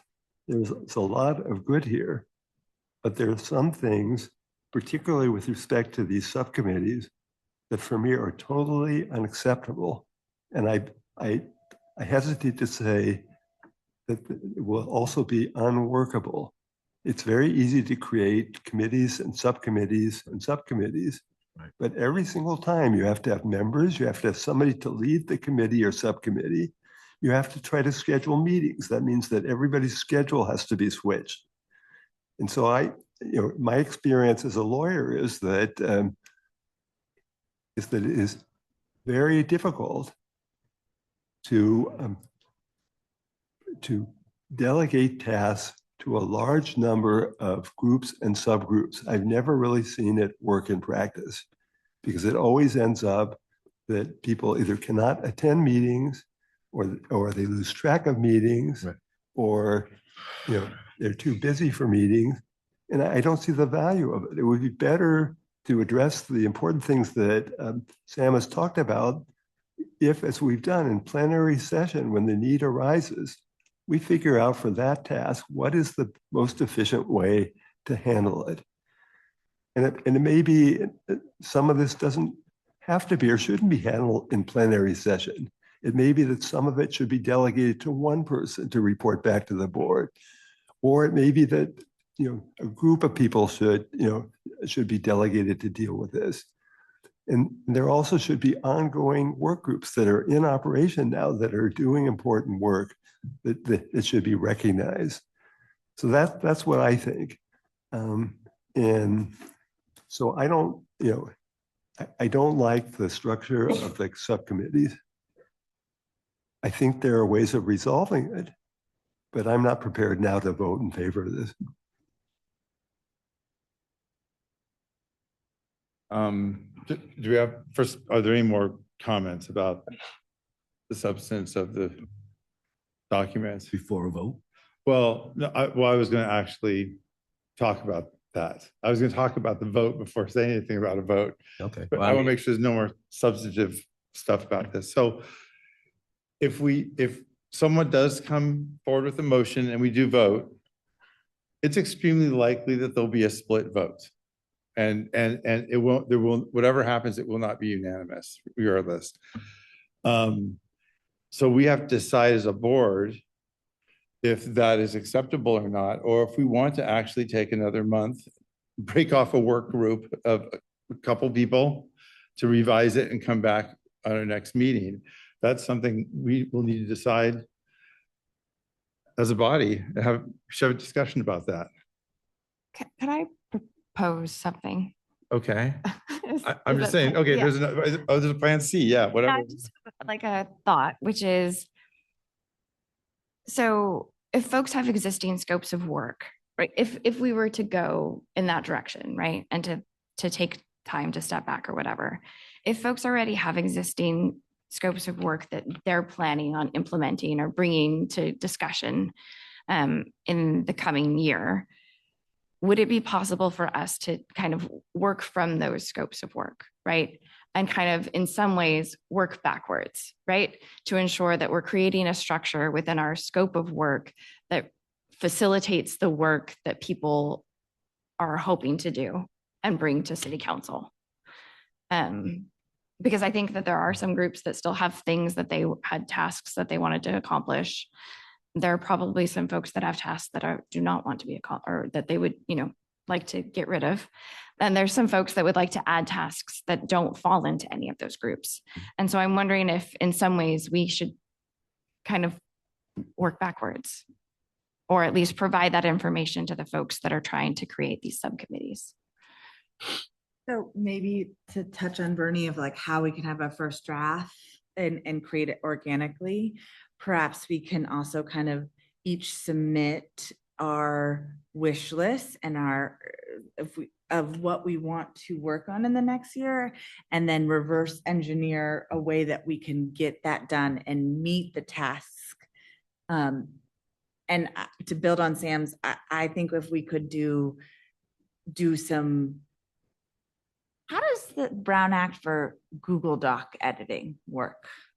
It's Still a same Brown thing. Act. Yeah, it's still the Brown Act. No, Yeah. but we do that though. So we have to get together and agree on a work plan before we present it to council, right? So that's going to happen anyway. We can all come up with 20 different work groups we want to do and come to this meeting. And then as a body, we need to be responsible on what we can actually do. And I just want to the end of this whole work group, I would literally vote yes on this as it is if it had section G, C, board initiated work groups. That literally as a optional third thing in this subcommittee grouping, right?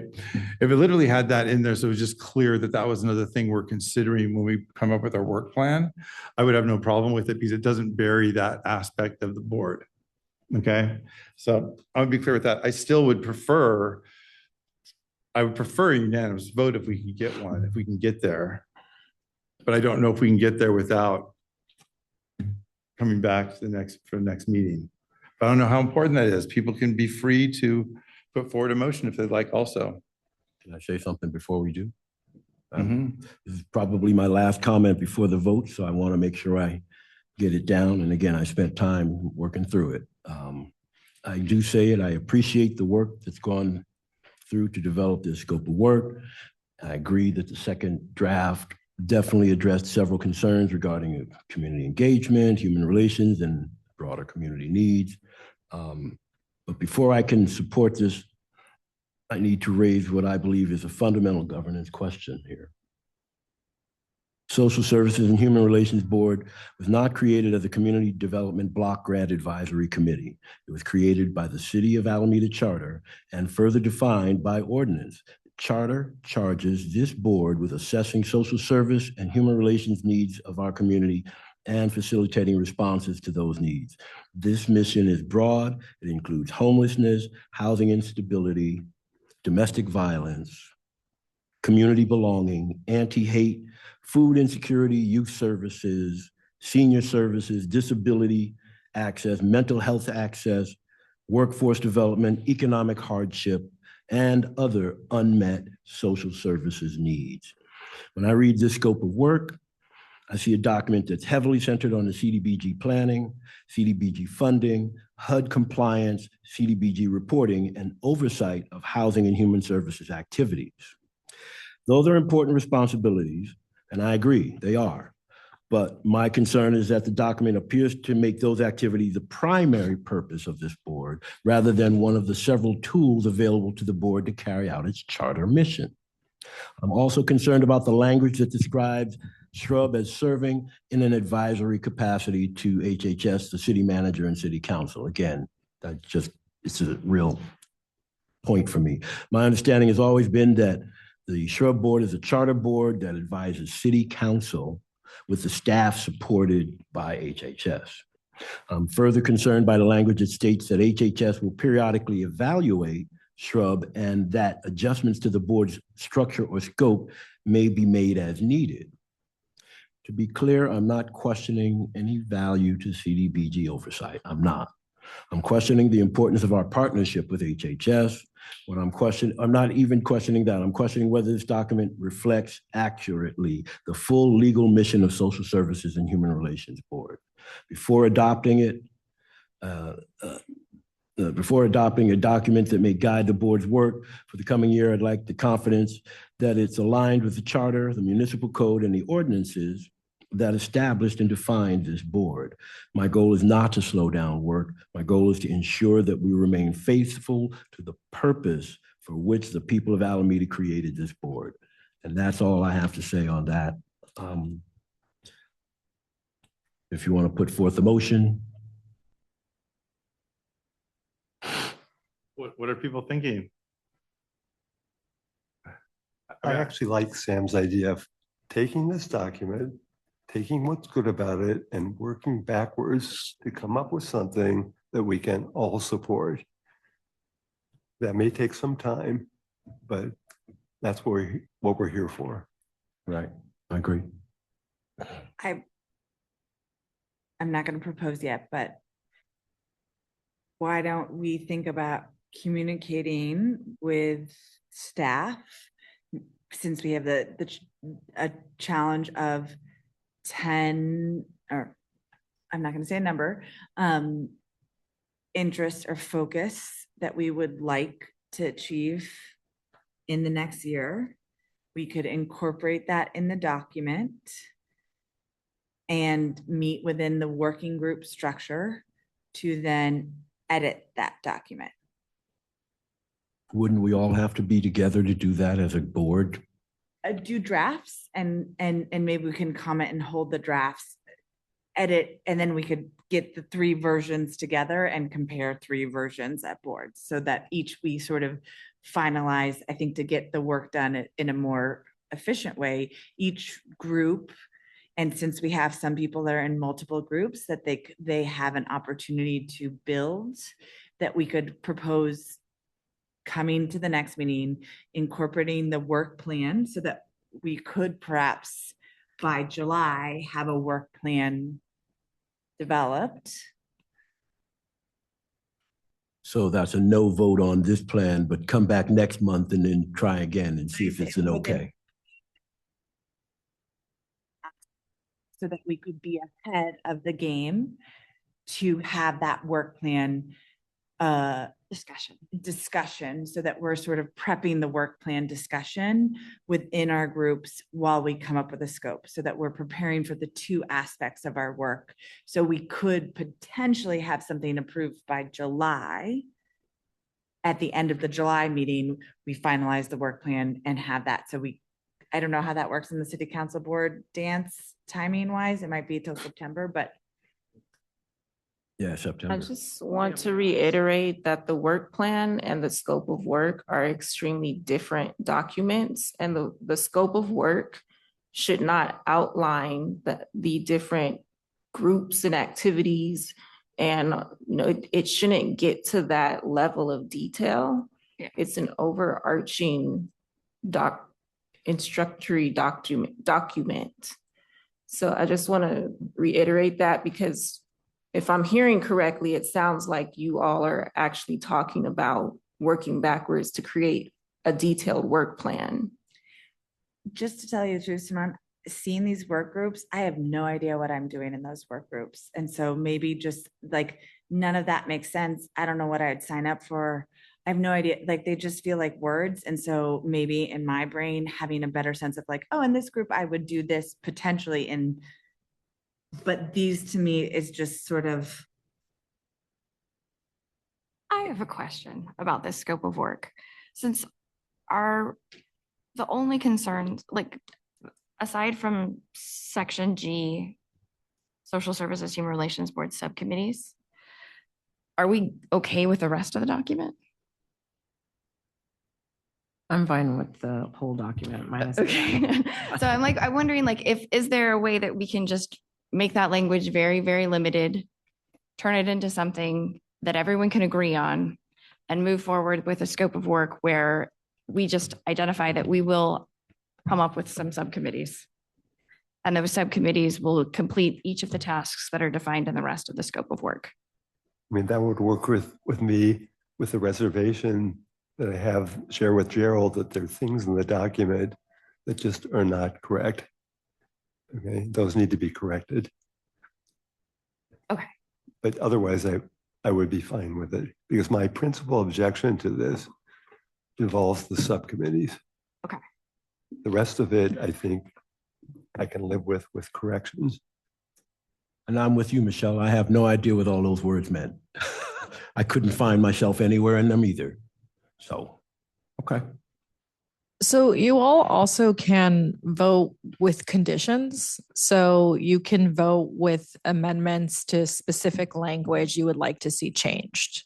So if C, you wanted to make a lot more overarching, someone could propose, I propose moving it forward with this exact change, and you all would give me the language you would want to see. That is also another, if really the sticking point is the subcommittees.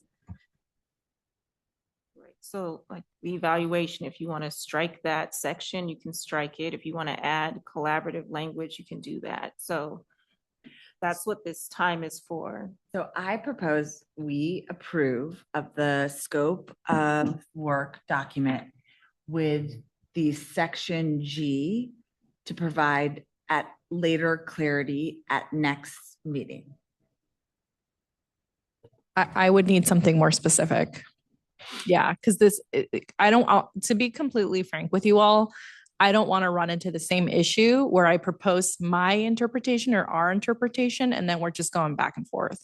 So if you all have specific language you want to see that would make you more comfortable with that section, it would be incredibly helpful if somebody proposed it. Could we propose it at a later time?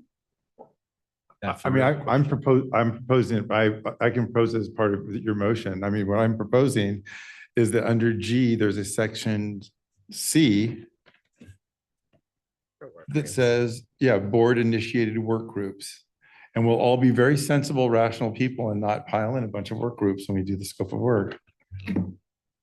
Or when we do the work plan. Yeah. So you want that C, that section essentially strike that and then replace it with under G, sorry. Under G, there's A and B. See, identify needs, right?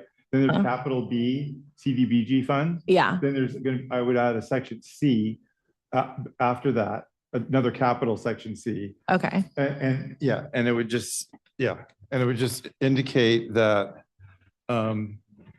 so I want to use this exact word. I said they're board initiated work groups. Okay. And so, but you'd also want to keep section AC? We keep everything. Or we, keep everything. You're just adding another capital C. I think if we did that, we should get rid of the outreach to community groups and individuals, right? So strike this section, this AC. Yes, that's fine. Can we still keep a calendar though? Can we keep somebody in charge of a calendar? You can add that to the work plan, and I would love if you want, if you want the I will, whatever you need. Do you want my passwords to the calendar? Everything is yours. Take the calendar, please. Dear God. Yeah. That's fine. Strike it out. Go for it. If that's the case, then we should make sure that the language at the top also matches A, B, C, and maybe strike that language that says that we're expected to join one subcommittee. Yeah. Right. Okay. Sorry. What? Okay. Let's go back. Which section? Under G, there's just the descriptor that's there. We should probably just pull it. Strike this first sentence. So the subcommittee members are expected to join at least one subcommittee in area A and one in area B. Got it. That sound okay? And then, Bernie, was there language in other sections that you wanted to change? Oh, the language that Gerald identified that presupposes that we are basically an advisory arm to HHS. Rather than going through this now hastily, if this is the direction that we want to take, and it's the direction I would support, then I think we need to pay attention to the document that we've created and not do this hastily. But I'm not prepared to modify the document now ad hoc. Yes, I still have hear the, you. Prepared to modify the document ad hoc currently. But I do think it's a good idea with these subcommittees to rethink them and see if they're going to be really workable, which I don't think they are the way they are, and to concentrate, as Gerald has said, on the human relations side of this. There you go. And not make it just an adjunct. I'm sorry, Bernie, we can't hear Can you pull the mic toward you? And not make it just an adjunct. So my preference would be to come back next meeting with a new draft of this that can keep a lot of the language in its present form with corrections as to statements made about the relationship between HHS and Shrub, which are not correct. And then with respect to the subcommittees, to essentially pull that out of this document and delegate it to us when we do our work plan, which we've always done. I would be fully in support of that. And these other items that Sam has identified in the draft could well be part of the work plan. Right. And I don't think it would be that complicated. so I have a clarifying question about the relationship question between the board and HHS. I don't understand, like, what is the concern with the language? Because for me, Shrub serves in advisory capacity to the City of Alameda Housing and Human Service Division, the city manager, and the city council. To me, that says that you all have the power to advise us on our work. So it's not like it's saying that you serve us and are responsive to us. It's saying that you advise us, which empowers you. So I just don't understand why that's a concern. You guys can strike it out if you don't want to include human services or the city manager, since that's not what's written in the charter. But I felt like it was empowering you to do more and to have input in the work that we're doing. If you want me to just describe it in simplest of terms, it's all about the oversight. If we're supposed to have oversight by the city and city council, that's one thing, but if oversight is with HHS, that's another. That's the main sticking point, at least for me. But that goes back to the evaluation then. So it sounds like you want to make edits to that section. yes, and truthfully, I would only be okay with doing this if the city attorney reviewed the scope of work and determined that it was fully consistent with the charter and the municipal code. That would be a sticking point for me. It's a simple thing. And since we're already talking about an extra month, I would expect that there would be an opportunity for them to be able to take a look at it, and we can get our answers back then, and we can move forward with the rest of it. That's it. Everything else I can have conversations with about, but city attorney.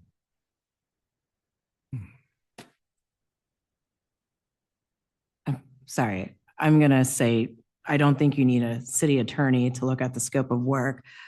As we're all volunteers here, I'm volunteering my time, and I want to make sure my time is being impactful. So when I signed up and said yes to this board, I signed up with the expectation that we were going to come here and make agreements. And again, when I looked at this, I have no problems, right? Number one, I'm here to serve our community. Number two, I'm here to make sure that there's oversight, right? And make sure that we're hearing our community. So I have no problems at all. And I don't think we need to have the city clerk come in to review this. I also think that if we postpone this for another month and we have everybody put in their concerns, and I'm more than happy to review and listen to concerns here, I want to make sure that everybody understands that we're here to serve the people, right? So I appreciate, Simone, you drafting this, your team drafting this, and the staff reviewing this. This is not my day job. I don't do this every day. I appreciate it. I volunteer on other communities, boards and commissions, focusing primarily on healthcare for the homeless, right? So I just want to be clear that us going back and forth, I honestly don't see the issue with saying advisory. Maybe you want to say partnership. I think right now you're nitpicking at it, and I'm really having a hard time understanding why. Can I ask a clarifying question? What is the amount of CDBG grant fund? I mean, do you have like ballpark? It's around 1 million, a little over $1 million. Oh, total. About Okay. 1.1 million. Yeah, so just in terms of, there's a little semantic thing here, which I just want to mention that it doesn't actually bother me, but just, so it does say, just right at the beginning, it talks about mutual understanding, goodwill, a primary role to provide community-informed guidance, transparent accountability, and monitor funds. And actually that, to me, that is consistent with the ordinance that is to foster all worthy philanthropic enterprises, because we actually have control of this money. And so our ability to actually work with community groups and back it up with funding actually, I think, has a lot of power to it. So I like the idea of having more of a comprehensive control and oversight of the grants as a whole. I'm using the term oversight, input. Advice, yeah, whatever, on which organizations get the grants. I mean, it does state specifically CDBG, but I see this more about having an actual valid resource that we have under our control. I have a question. This is real. So because this doesn't go to city council and because we've never previously had a scope of work. Yeah. Is it something that we actually need to vote on, or is it something that can just help us guide us into the next steps? Like, do we actually have to have a vote, or is this something where it's like, this could be a document that helps lead us to our next step? And it's a document. It's not a voted document that's signed and sealed and whatever. And it can just be, this is our scope of work because now we're going to try and outline so that we can actually get some stuff done. That's an option. My concern with that is if it's not confirmed by the board, then how do you determine that you're going to follow it? Good faith. The other way that I think about this, you have your work plan changes every year and the board changes every few years. And sometimes people step off or step on. And this document would be like a guiding document in longer term.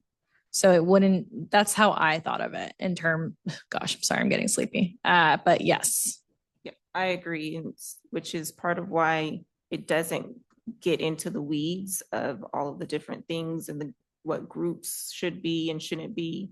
And I think Scott's suggestion with adding that C makes sense because it's a global concept. It's not saying in 5 years when half of you may not be on the board anymore, that the new board members have to stick to that if that's not what they're seeing as priorities at that time, 5 years from now. The other thing is that I know there's a lot of reference to the municipal code and the charter, which are very important, but it's not very specific. Like I know the municipal code has like those 5 points, but they can be interpreted really widely and has been. Like I've dug into all of your past work plans going back to like 2016, and it changes depending on that board's interpretation. And so this is a way to try to create some more consistency because like projects get picked up and dropped and there isn't consistency. And then the other thing I want to mention is I know you all are talking about like going back and going to the work groups, but this meeting is also a working meeting and it makes things a lot easier if we're able to talk about like specific language and things you want to do when we're all together. Otherwise, we have to do it in this like broken up way with the multiple work groups. I think so. I just want to add to that. I think all the ideas tonight were great. I feel as though I'm happy to move forward with approving this with the idea that it is a live document and we can make changes and make amendments as needed, as necessary. I feel as though I want to make sure this does get in front of the board. I want to make sure that we do have clear expectations around moving forward when it comes to the upcoming year. So with that being said, I think what I'm hearing is that this is a live document, right? We're saying that we can make changes as needed. When folks get off the board, on the board, we're going to have different scopes of work, right? When I think about this in my corporate world, we make changes periodically of the scope of work, right? So I want to just make sure I feel comfortable taking a vote tonight, understanding that with this language that Scott has proposed, I think, Grace, you have documented that. That sounds like a proposal. I think we can, did you propose I something? did I think we can propose vote. it. So. I have a second. Sorry, do you want to say that? Yes. I propose that I Yes, kind of jumped do. you I into do. a proposal. Yes. Can you just state it again? Someone has to state it, what the So- approval and then with the amendments. So, okay, with all the amendments. Okay, I don't know if I can do all that, but. So what I have right now is Okay. that there would be a new section C under section G. I apologize, there's a lot of letters. Section G. Under the shrub subcommittee section, there would be an additional section C that is just board initiated work groups. We would strike out section AC that outlines the community outreach and belonging subcommittee section. And then I also heard potentially striking out the evaluation piece at the end. I think I have that in my notes as well. Yes. And within your proposal that Yes. this is a working document. This is a working document and we can make amendments as needed and necessary. So then do we just want to call I'm this? unclear about what this document means. Non-binding, yeah, non-binding This guidance. is simply an aspirational statement guiding principles. I agree with Sam that it doesn't need a vote and it can be, and it should just be, some of the mistakes should be corrected and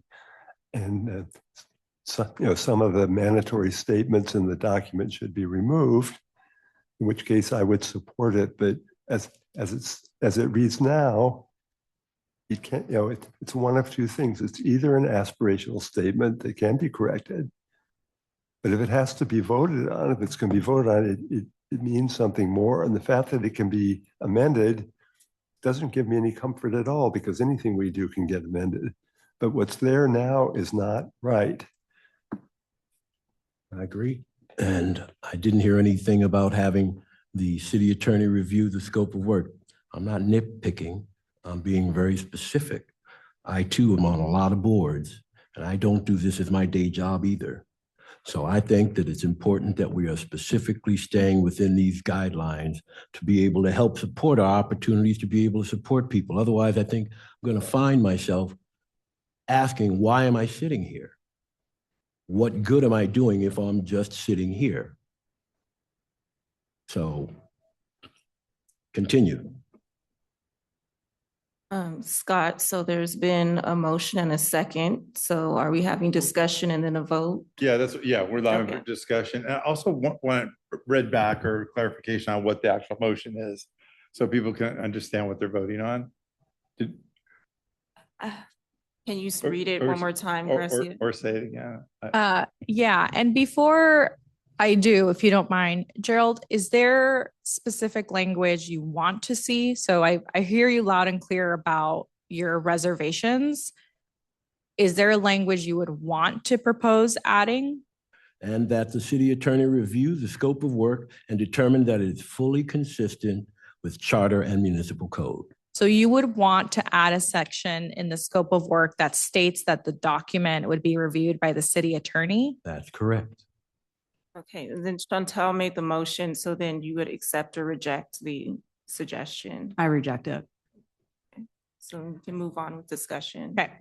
So the amendments that were proposed were to add a new section under the shrub subcommittees, section G, and it would just be titled Board Initiated Work Groups. We would strike section AC, Community Outreach and Belonging Committee. We would strike the first sentence under section G that says that they're expected to join at least one subcommittee. And we would strike the HHS evaluation piece at the end. And I believe there is also a request to add that the document can be amended as needed. Correct. Yeah, that's really important. Okay. Since we're having this discussion, I don't think, I understand your concern with the attorney. And I think if it was the work plan, I would be more concerned if it was going outside of what we, would think is what we should be doing. I'm not as concerned about having the legal interaction just because it is a scope of work that we can't continue to edit. We've never seen a scope of work before this. So the idea that somehow they can just magically appear and we can say, oh, that's okay now. We don't have any other reference points. We don't. And so I understand. that's, I do understand your concern. that's where I am. Yeah. I have concern that we're supposed to be a working board that's supposed to be able to develop a scope of work and work together collectively Right. over the next year to help the good of the community. And if this feels like we're not collectively feeling good about creating a scope of work and the work plan as it goes forward. And I think for me, that feels very challenging, right? We've always been a working board that does the work. And I think in order for us to actually do work in the community, whether that's evaluation or community needs assessments or attending these meetings, we need to work collectively as a group and function well and not be adversarial to one another or towards staff. And so this feels a little wonky in terms of us trying to move this scope forward in this way. I agree. I'm just going to put that out there. So is there a way that we can either move it forward where everyone feels okay about it? Or can we just say, okay, this isn't where we're moving towards and step back? Because it feels weird to have a split vote. I mean, I think this is a way to move forward, but if we're being pressed to make amendments and strike language at 9:05, that doesn't feel very collaborative to me. I'm sorry. And I agree with Gerald. I've never seen this kind of document before. We've never created such a document. We've always come up with work plans. They're always subject to being changed with new groups created or not. But this kind of structure and document, which listening to it, I can't tell if it's just an aspirational document or if it's a document that has mandatory conditions, some of which I don't agree with, or what it is. I'm not sure what it really adds to our board except to divide us. And that's not something that I want to do as a volunteer. So I would feel more comfortable either just, letting this be as it is or trying to come back and fix some of the things that are not right here. Rather than trying at this hour to come up with a document that we can all agree on, because I can't agree to this. I'm sorry. Well, and we don't have to vote. It's not required to vote. It can be what it can be, and we can Look at it again. we can look at it again and It's a useless document. let's not throw the baby without the bathwater. Maybe we just take a pause. We've talked about it and we have our focus in the next meeting to work on work plan. Yeah, and could I propose that folks that have specific concerns with language, that they could bring those concerns forward and provide them to staff in advance of that meeting so that we could come up with a changed scope of work that everybody could vote on in our next meeting at the beginning, so we could just move forward with the scope of work. Does that make sense? to What are folks? your deadlines that you're proposing? Okay, so I think that we should provide the feedback that on the language, the existing language to city staff by the end of next week, and that the new proposed scope of work would come back to us in advance of our next meeting, which has to come back to us within 8 days prior to our next meeting. And that in our next meeting, we would be prepared to make any final adjustments and to do a final vote before we move forward with our Work plan. work plan. And that, from my understanding, is the June meeting is what we will be developing a work plan, correct? That is my understanding. I'm Right, so we I'm were gonna confused. work on the Scope of work and the work plan in June. The idea would just be that we would just be voting on it, that the changes would be made. But if you So- all are sending me your language piecemeal, then we're back to the same place we are right now. Why don't we could actually instead have a group that doesn't represent a quorum. It could be up to 3 people, right? 3 people could get together and come up with revised language. And us other 3 who seem more okay with the way everything is now would just have final approval. We wouldn't necessarily be working on these structural changes. That's another way of doing it too. You know what 3 people I'm talking about, hopefully. Yeah, I mean, if you're, I'm looking to get us moving forward. That's all we're trying to do. I have things that I know as part of our work plan are going to be important, and I'm going to spend my time doing those things. So if this is a delay that's necessary so that I can get on with doing the things that I know are important, that I feel are important, then so be it.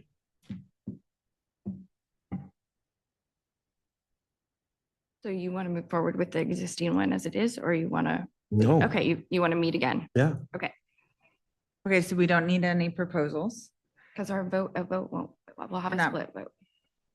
Yeah. Will we? Can we clarify? I don't, think we would have a split. what, I don't think we have. is What there a I'm- majority, is there a majority Why vote don't or we just see it? 100%? They're saying they're not going to vote. I know, Wait, but there's a question about if there's a split vote, what does that mean? It's just a majority vote. You don't have to have a unanimous vote. I didn't think we needed to. So could we just set up for a vote? Well, you have to vote because a motion and second has Yeah. been made. So we just need to vote. All right, Scott, you want to use that? You want me to call out the roll call? Okay. Bernie Wolf. No. Oh, hold on, there's a typo on the names here. Hold on a second. Yeah, hold on. Hold on a second, I need to correct something here. Okay. Chantel, Yes. Gerald, No. Michelle, Yes. Samantha. Yes. Well, I'm going to say no then, because I don't want to go forward with the split vote. So we're going to have to convene or something before the next meeting. What I heard proposed was that this was my interpretation, that Bernie, Sam, and Gerald will be meeting on their own to draft different language and bring back to you all next month. Is that correct? If they're willing to do that. I'm willing to sit and have conversations about this. I think it's important. And then the proposal is that I would work with staff to finalize it.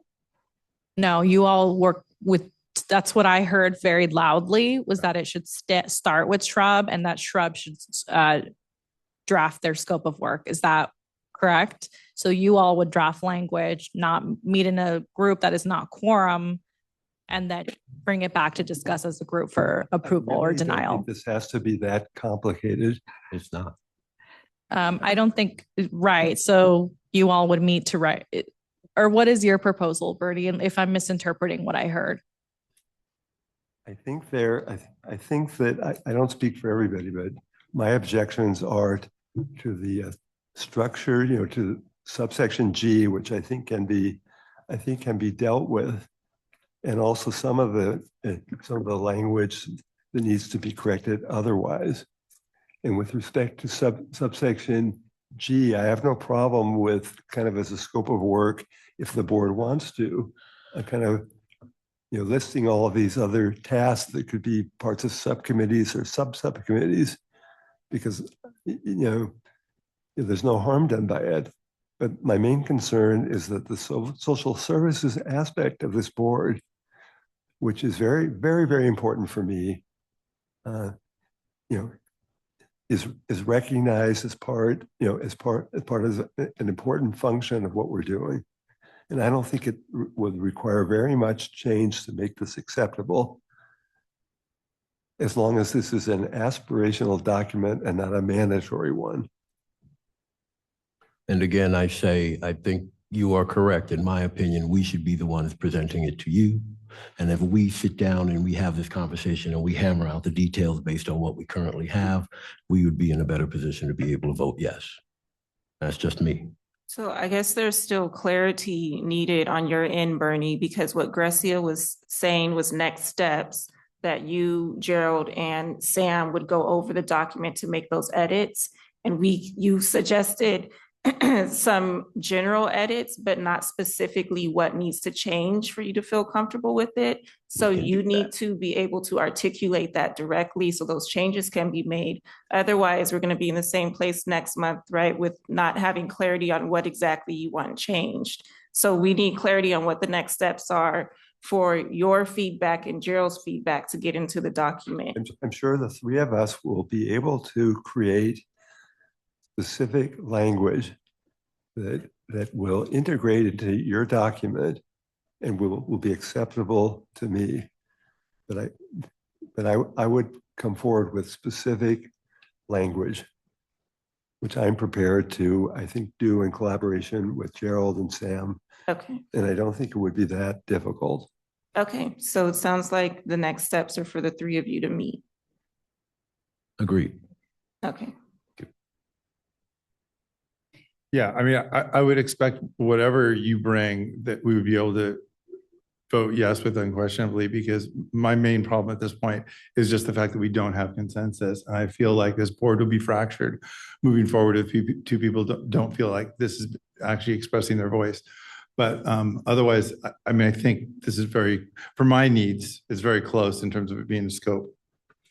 Do we have to open to public comment? No, we already did, yeah, okay.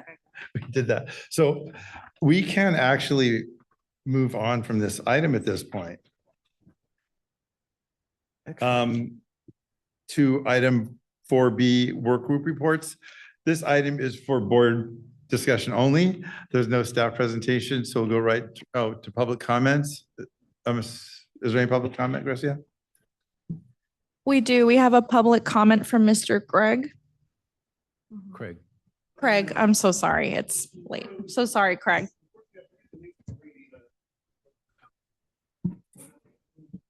Up to the mic. Thank you, sir. I think sure another, like AJ, I do a lot of doom scrolling, so I find YouTube, the windows of Jane Elliott doing, she was the eye color, did the things on racial segregation, race goes back in the 60s. She had done something with some adult women. One was an older white lady. I guess the others are like either black or Hispanic or whatever. Women, and the white lady from a high state said, "For all I've done for you," and it's like, and like James like, "Oh shit!" And the other people kind of let her have it. But the main point they gave her is, "We don't want you to do for us. We want you to stand with us." So that that adds kind of a concept of how to again provide services. How do you kind of do more of a stand with people in situations rather than just this is a paternalistic one size fits all type of thing. Another thing is another video showed with Gerald was obviously this was illegal, but a guy that was a service is in the military aboard a ship, but his job was maintaining all the life support stuff on board the ship. When you're deep at sea, you got fresh water, and the ship was the climate controlled at the right thing, and so on. He ended himself being abandoned in Dayton, Ohio, and he ended up this is obviously illegal, going into a abandoned apartment store and use his skills at maintaining the ship to make living quarters for himself in this abandoned apartment store. But similarly with this lady, she claims to have been a school teacher. And what might be a better use of salvaging those school teachings? I think she suffered more of a loss of status than she was respected as a school teacher, and then whatever happened, happened. You know, I don't know. I've always been sort of a startup when it comes to dealing with society. In spite of even having education and having even some hoity-toity relatives myself. But anyway, that's just kind of my point. Thank you for your comments. Thank you, Craig. Thank you.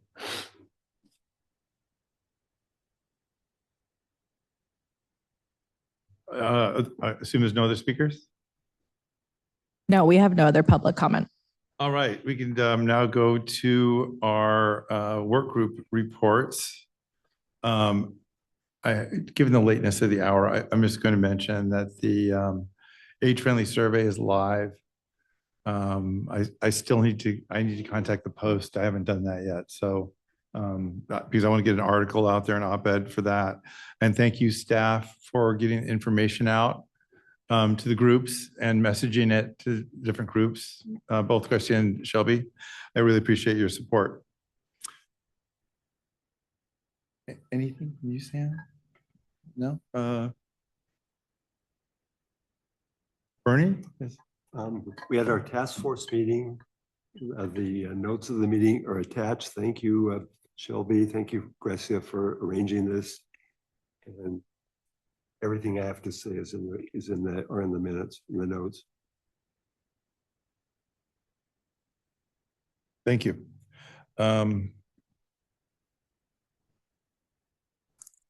Gerald? The Alamedans United Against Hate have already started on their work plan, and we already have some things we'd like to propose, and we're looking forward to getting the opportunity to do so.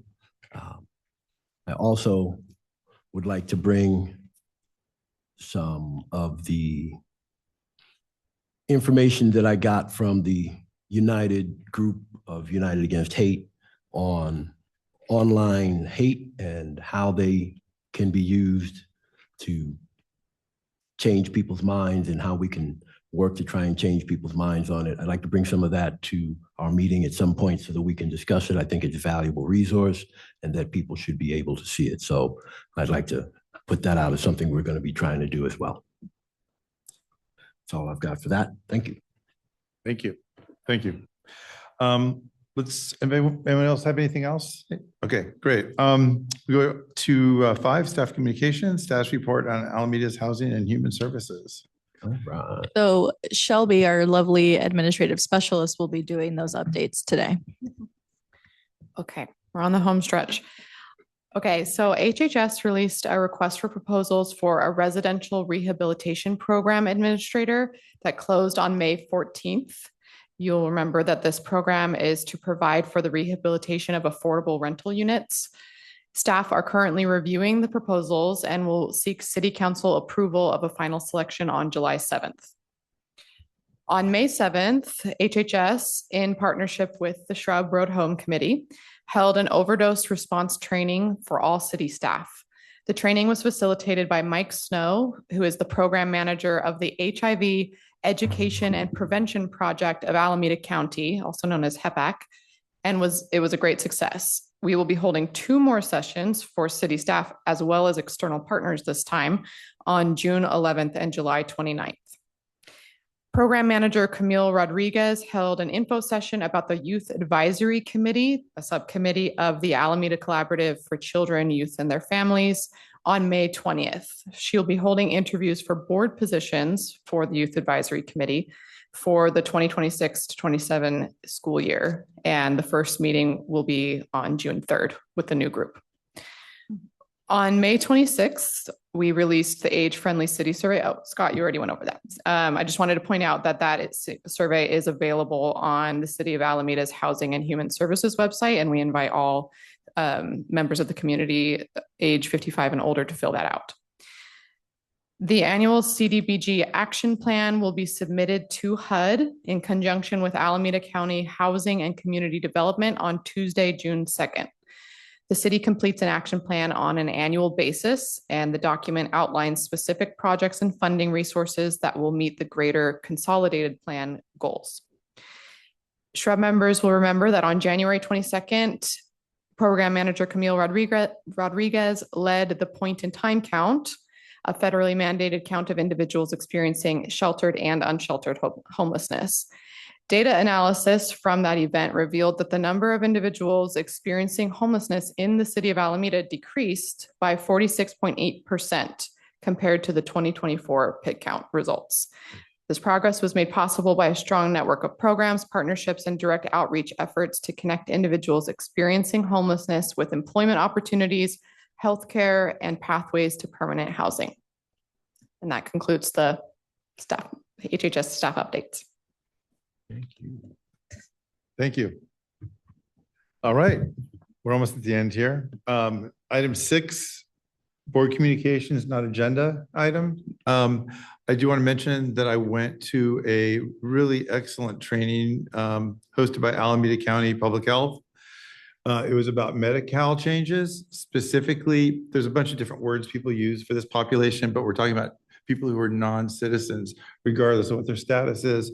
They're pretty devastating. Starting July 1st, they lose all dental care, for example. And where they're angling for is eventually by October of 2028, is anyone who's under 65, who's not pregnant and who makes more than $16,000 a year, will actually either have to copay or lose their benefits. So this is going to be a process of the next few years. It's going to be really devastating for our communities.